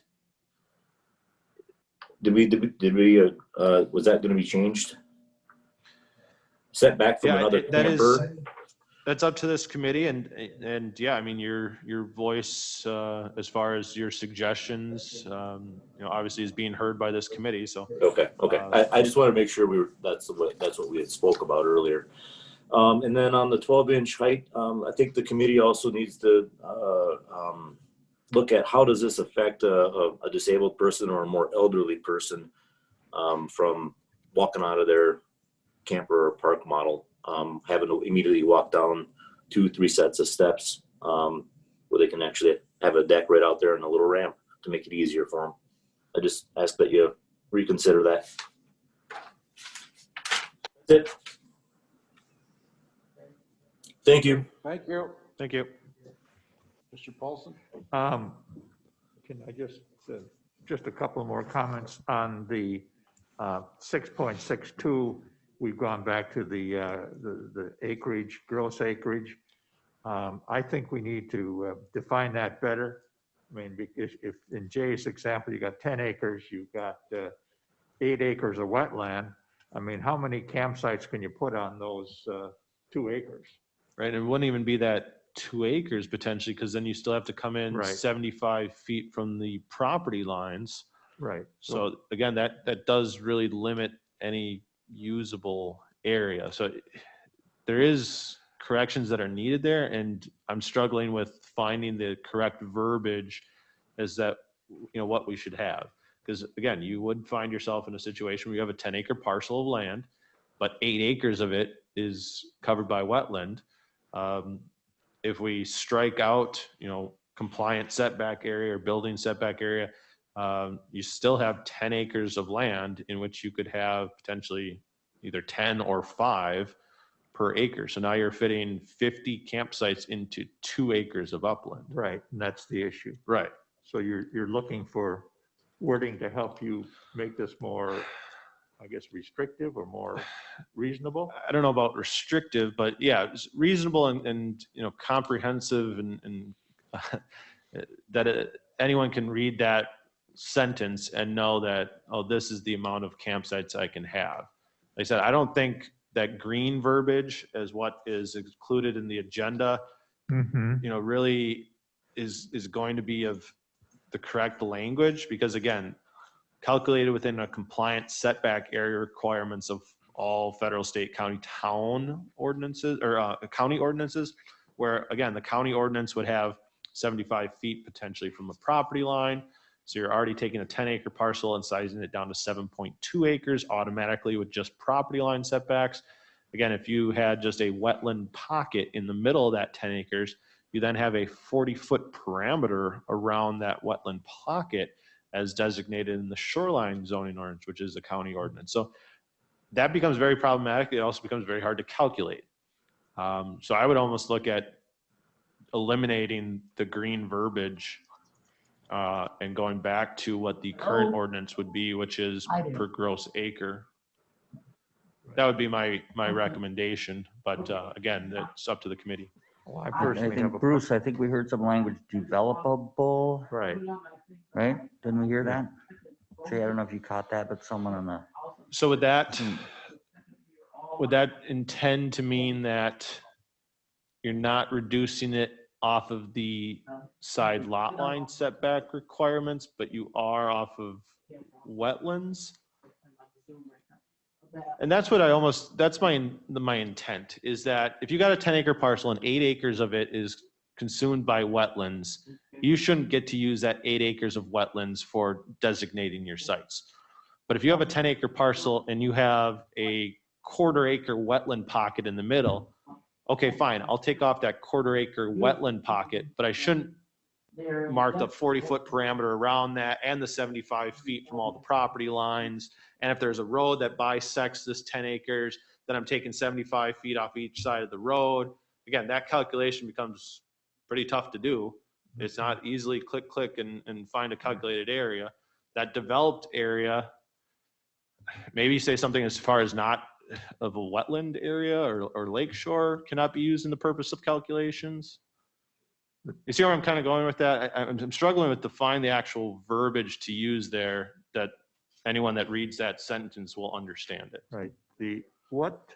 What's the goal here? I mean, it's to stop us from putting so many campers on the campground, isn't it? Correct. Okay, so, but we still want to let these developers or people that own it, make a living. Correct. So I guess that's the wording you need to come up with, and I'm going to be useless here because I don't have it. Yeah, I'll work on it. I'll bring something back. I do like the developed, but I think I need to further codify that and say something like that it would be conducive of upland area. Yeah, I'll work on it. Yeah, I think, Jay, you don't want to say develop because then you get in a whole other definitions because some of these are fairly remote, right, with trees and stuff like that. So I think upland or dry or something like that would be more, I think we all know what we're looking for, just a way of finding the proper verbiage. Yeah. Jay, I bet other counties have addressed this, haven't they? Can we steal from somebody? I don't know if they've gone that far. Okay. I think they end up leaving it per gross acre, which again is up for interpretation because using my scenario again, 10 acres with 8 acres of it as a wetland, they probably, looking at their black and white of their ordinance, would allow you to build up to that 10 acres on the 2 acre of upland. But I'll look into some and I'll grab some draft language on that portion.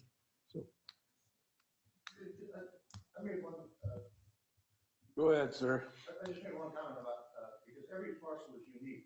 Every campground that comes in is going to require a CUP from your committee. And I think to expect you to look into a crystal ball and try to predict every restriction that should be in an ordinance, I think that's going to be a one at a time. And which you have, the committee has the authority and the ability to set conditions. And if somebody came in here with a 10-acre parcel, 8 acre wetland, there's no way in heck should it be full for a campground. It shouldn't even get the first base in the planning stage. It should never be approved, no matter what the density is for a campground. That's not a suitable site for a campground. So I think the committee has the kick if they can, right at the front line on that from a practical standpoint. So I don't think you can get everything into the ordinance. The committee's not lose any flexibility as far as putting conditions on. Our request comes in, everyone is unique and this is unique and individual project. Each site is unique and individual. And I would agree with that. And we've always had the practice that this committee could set a condition for the total number of sites. Right. Now, if those total number of sites exceeded the maximum as specified by ordinance, then they would also need to apply for a variance in order to go over that amount. But even though if you're allowed, 5 sites per acre on 10 acres, AKA 50 sites, this committee could still make a condition that only 40 sites be permitted. So maybe it is something where we leave it as 5 per gross acre, and then again, comes back to the committee to further look at on a case-by-case scenario as to really what these density requirements should be set at. Yeah, I mean, you might want to just add some parentheticals to that, talking about the committee's jurisdiction ultimately and things like that. And I think we got, you know that. Okay, so. Yes, go ahead, sir. With regards to this, a number of years ago, I was part of the Sand Lake Association on the lake, and there was a campground being put on Conway 2778 just outside of Stone Lake, if you remember, that was being put in. And the original approach of that campground, as an association member, at that time I didn't own any resorts, so I didn't have a dog in the fight, but I was representing lake owners who were concerned about a very high density campground going in. Ultimately, that person came in with a plan, went through the conditional use process, went to public hearing, there was a number of discussions, and it was decided that there was a limitation put through that process. So to echo the point that this gentleman was making, ultimately, there's been a proven history of people coming to campgrounds, it getting to a process where it's open to the public, there's opinions made specifically on the scenario that's there, and then rulings were made. I think they went from 300 campsites, I think they went to like 60 some or 70 some with the option to potentially go beyond that, which is less than what the state is allowing accordingly. So my only commentary is by leaving less information or having the ruling in your rules a little bit more vague in the sense of like what we're talking about here, ultimately you have a scenario where there's a process to catch somebody who's going to put a mega campground on a postage stamp right next to a wetland. That's never going to make it through that second part of the process. So why work when there's a mechanism that already solves it. Thank you. Yep. Who's next? I have Cheryl Treeland has her hand up again. Cheryl, did you have additional comments you'd like to make? She did, but I mean, we're allowing additional comments from other individuals. And also Linda Zilmer has her hand up. Could you, 6.661 looks like parent 4, is that's your purple? That would be purple, and that is where, you know, we didn't have any mention as to detached accessory structures. We mentioned open detached accessory structures, but these would be detached accessory structures such as sheds and or storage buildings. I've added some potential draft language where, as of right now, we don't have any language that would, you know, dictate the size of sheds that could be in campgrounds. If someone came in and said, hey, I want a shed at my campsite, and the camp owner of the property agreed, they could build a potentially 24 by 24 shed at their campsite if it was a large campsite. A land use permit would be required for a structure larger than 100 square feet. But I mean, do you want to have garages with campers and campgrounds? No. So I looked at, you know, is a shed something that might be needed in a campground? Yeah, maybe a small little, you know, either, you know, Rubbermaid or, you know, a small temporary 10 by 10, 8 by 12. So I did have some potential draft language, which I'll bring back as a clean copy, but that, you know, that sheds and or storage buildings would be available or allowed on individual campsites, that a minimum 10-foot setback from another camper be instilled, that the detached accessory structure may not exceed 100 square feet in total, and that all of the other requirements of section 6.6 are met. So it still needs to meet the 50 feet from the property line, 75 feet from the water, be it that it's less than 100 square feet. I wouldn't be getting land use permits, which I really don't want to track little storage sheds all the time as far as land use permits. So someone wants to bring in an 8 by 10, 8 by 12, even a 10 by 10, go ahead, do it. Make sure you're meeting the setback requirements. Now you have your little shed. Again, if we don't want to see sheds in campgrounds, we can strike that out. We can make language against that. So. Chairman, could I just ask Jay to drop down and talk about the other three purple lines that he put? Sure. Yes, the other three there, you know, initially we had it in for section 6.611, parent 5, parent B, that the setbacks for these decks and or patios, we initially had that it be a minimum of 15 feet from another campsite area.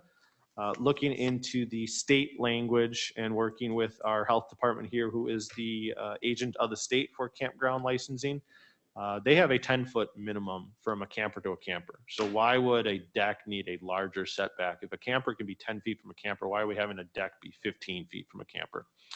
So we were going to, you know, reiterate what the state licensing would have, and being at 10 feet from a camper to a camper.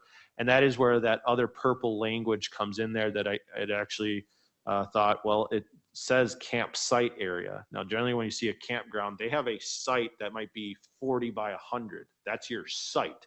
But your camper itself is only 32 by 10 or 32 by 8. So that's where, you know, I think it's a good spot to change that language where it not be a campsite area, but it would be a camper. Because it's really up to the individual campground owners to how they want to really, you know, lay those out if approved by this committee as far as the site layout. I don't think we need to further dictate that. Jay, can I ask a question? Yeah, and then hold on one second, Cheryl. And then, yeah, it's section E and section F.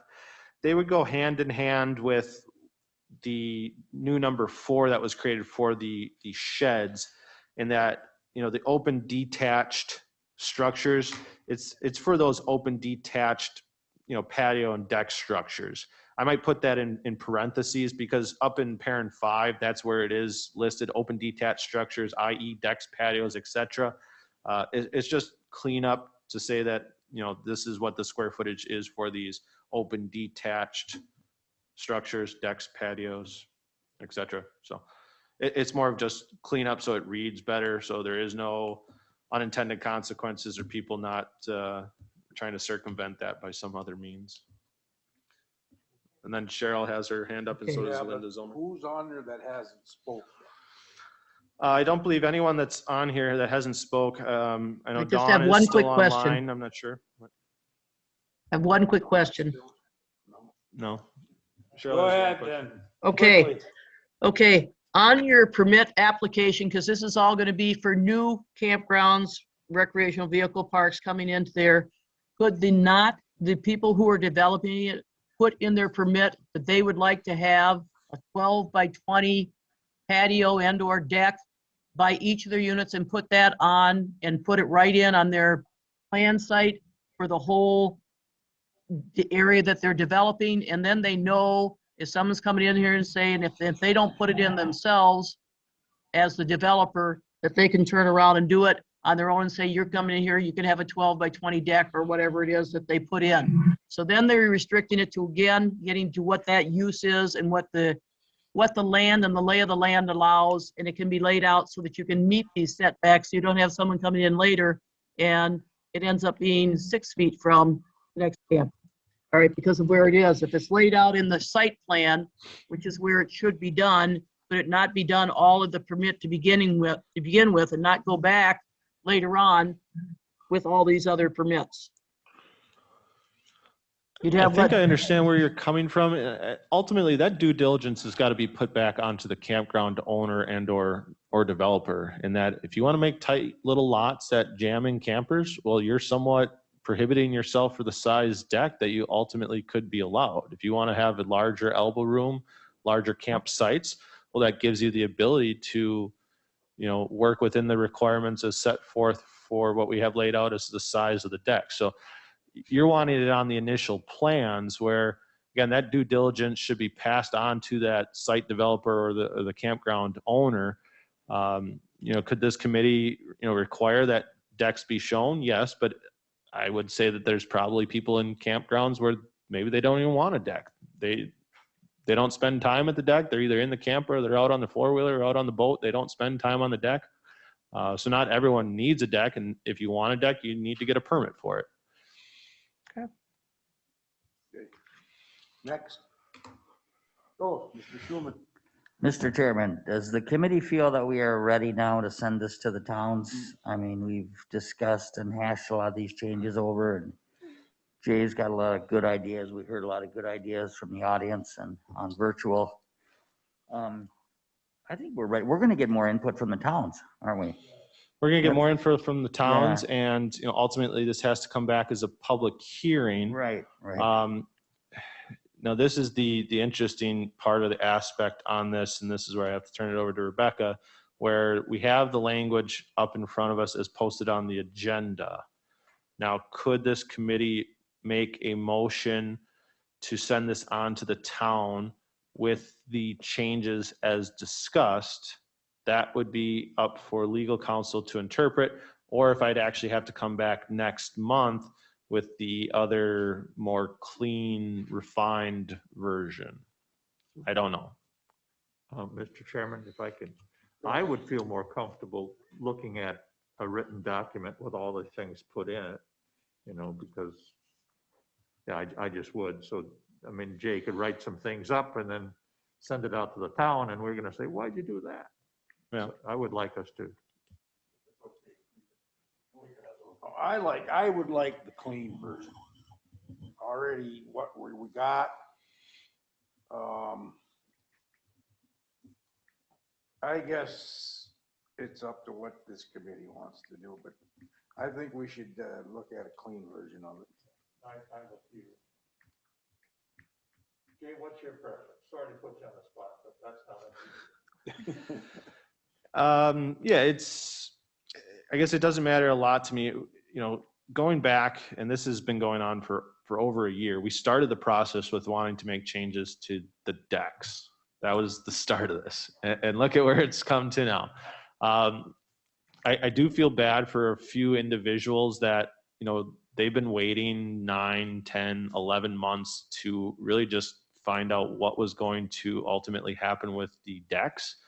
Ultimately, this does push it back an additional month. But I am glad that we're having this discussion now in hopes and anticipation when it comes forward through a public hearing process that we have this nailed down and that there isn't some huge objection to it at that later date. So to bring a clean copy back and to hammer everything out prior to it going to the towns, prior to going to the public hearing, prior to eventually going to county board for ratification, I think it is probably a good idea that we do have that clean copy available for everyone. Because I believe when it goes to the town that we want the clean version of it. Right, and I would never send this to the town. I would Right, and I ultimately clean understand a that, version but up to yes. send it to the towns, but Right. So if we discuss it again at the next month, would the public have a chance, and I know it's not a public hearing, to not make official comments, but make kind of unofficial comments so that we can see how we're going? I would say yes, it would ultimately be up to the chair. And through my next version, it'll be a straight red line from current adopted versus proposed. So you won't have the multiple highlights. It'll be straight red line from current to proposed. Correct. Rebecca, did you want to put any input on that? I mean, we kind of jumped over you. Oh, that's fine. I think based on the notice requirements in Chapter 19 and the information promulgated by the DOJ with respect to notices, I think it's in the committee's best interest to bring it back. And we have the comments that have been incorporated or discussed here, and then Jay can put it in one document. Again, under Chapter 19 standards, I think that's what I would advise the committee to do. Mr. Becker? Yeah, I just wanted to, I mean, I was going to ask about the colors, but you already clarified that, so no blue on the next one. But I think a clean version with a lot of these things that we've discussed, namely the dates, March to December. We've cleaned up, I think, the gross acreage. My concern is that we're somehow going to finagle more than 5 sites per acre, which I don't want to do because, it's brought up about our population density here in Sawyer County as compared to maybe other counties, Dane County, where they have 400 people per square mile compared to Sawyer County, we have 12.5 people per square mile. So I don't think we should be, we're not going to pack people in our campgrounds like they do in Dane County. We have more room, so we're gonna keep the spread out as well. Just to give an analogy there. The 75 feet, I don't believe that that's necessary. I think that 50 feet would be adequate. And as was expressed by many of the campground owners, I don't think there's any disagreement over the 240 square feet, which was the initial, reason, the impetus for doing this whole thing to begin with. So I think we're all in agreement with that. There is some contention with the 12-inch height, so I don't know if we need to clean that up in the new verbiage. But other than that, yeah, unfortunately, it's going to be another month before we can send it to the Right. towns.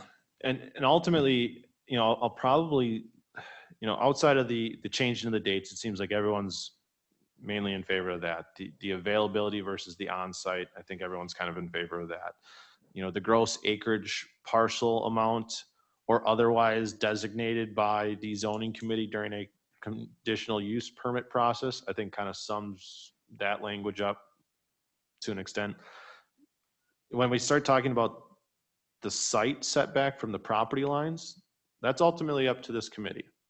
There seems to be probably some differences on both sides of it there, as well as the height of the deck. So, I'll stay with, what we'd had in the initial proposal that's on the agenda, but then ultimately this committee basically puts that to a vote, puts it to a motion as to favor of the presented or to change it. Bruce likes to always call me the subject expert on it. I'm not a subject expert when it comes to campgrounds. Again, my reasoning for that change is that, that is something we've seen in other campgrounds that have come before us. I do believe it was Mr. Adam Bodenschatz, though, that had mentioned, what is an additional 25 feet going to obtain in that? Probably a valid point. Maybe additional language could be similar to the gross acres, where no site shall be less than 50 feet from a property line or 75 feet from the ordinary high water mark, unless otherwise designated by the zoning committee at the time of a conditional use permit, where you can look that if there is a larger residential area immediately to a campground, maybe that's 100 feet. But the National Scenic Forest, that's the north 40 of it, well, sure, you could be 50 feet from that because there's not going to be any development there. And that's what this committee gets to do during those conditional use permit processes. My only concern is with that 12-inch height is like the handicapped people.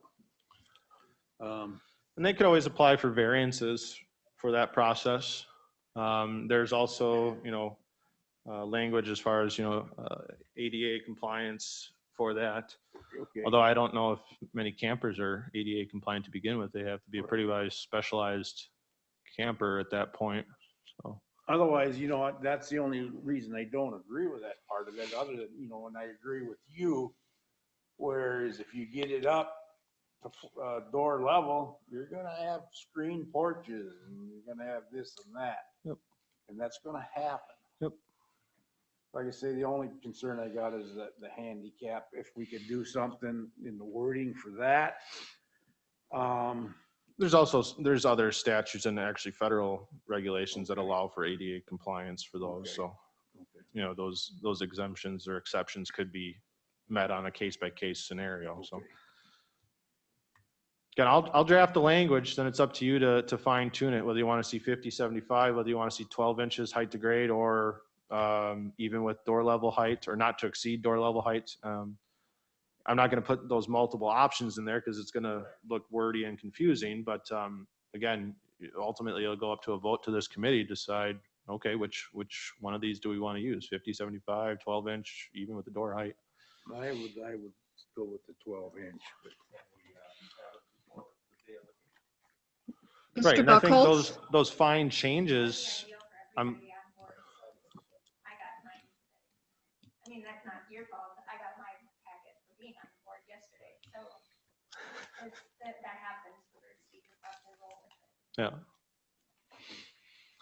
I do believe there was one other comment. I don't know if you want to take it at this point, but I think I have some clear direction now from this committee, so I appreciate Was that. there one left? I believe Linda had an additional comment that she'd like to make. Okay. Linda, go ahead.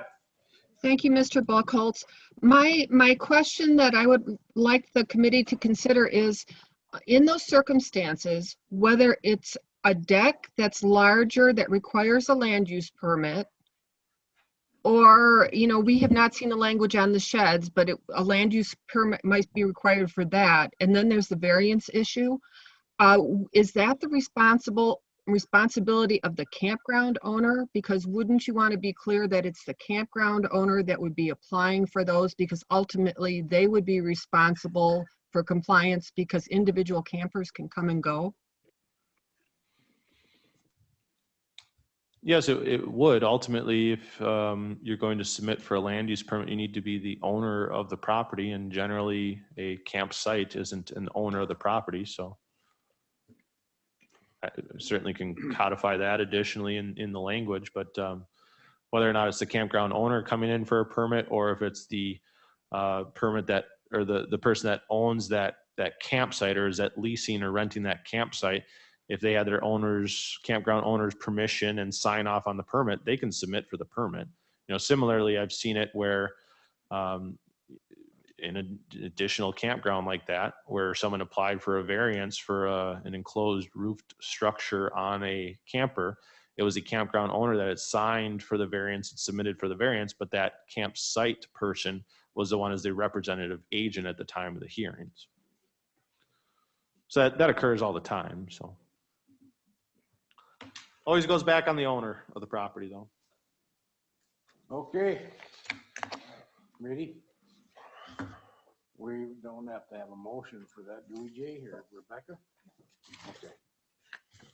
So the number 6, everybody has read that. We're adjourned.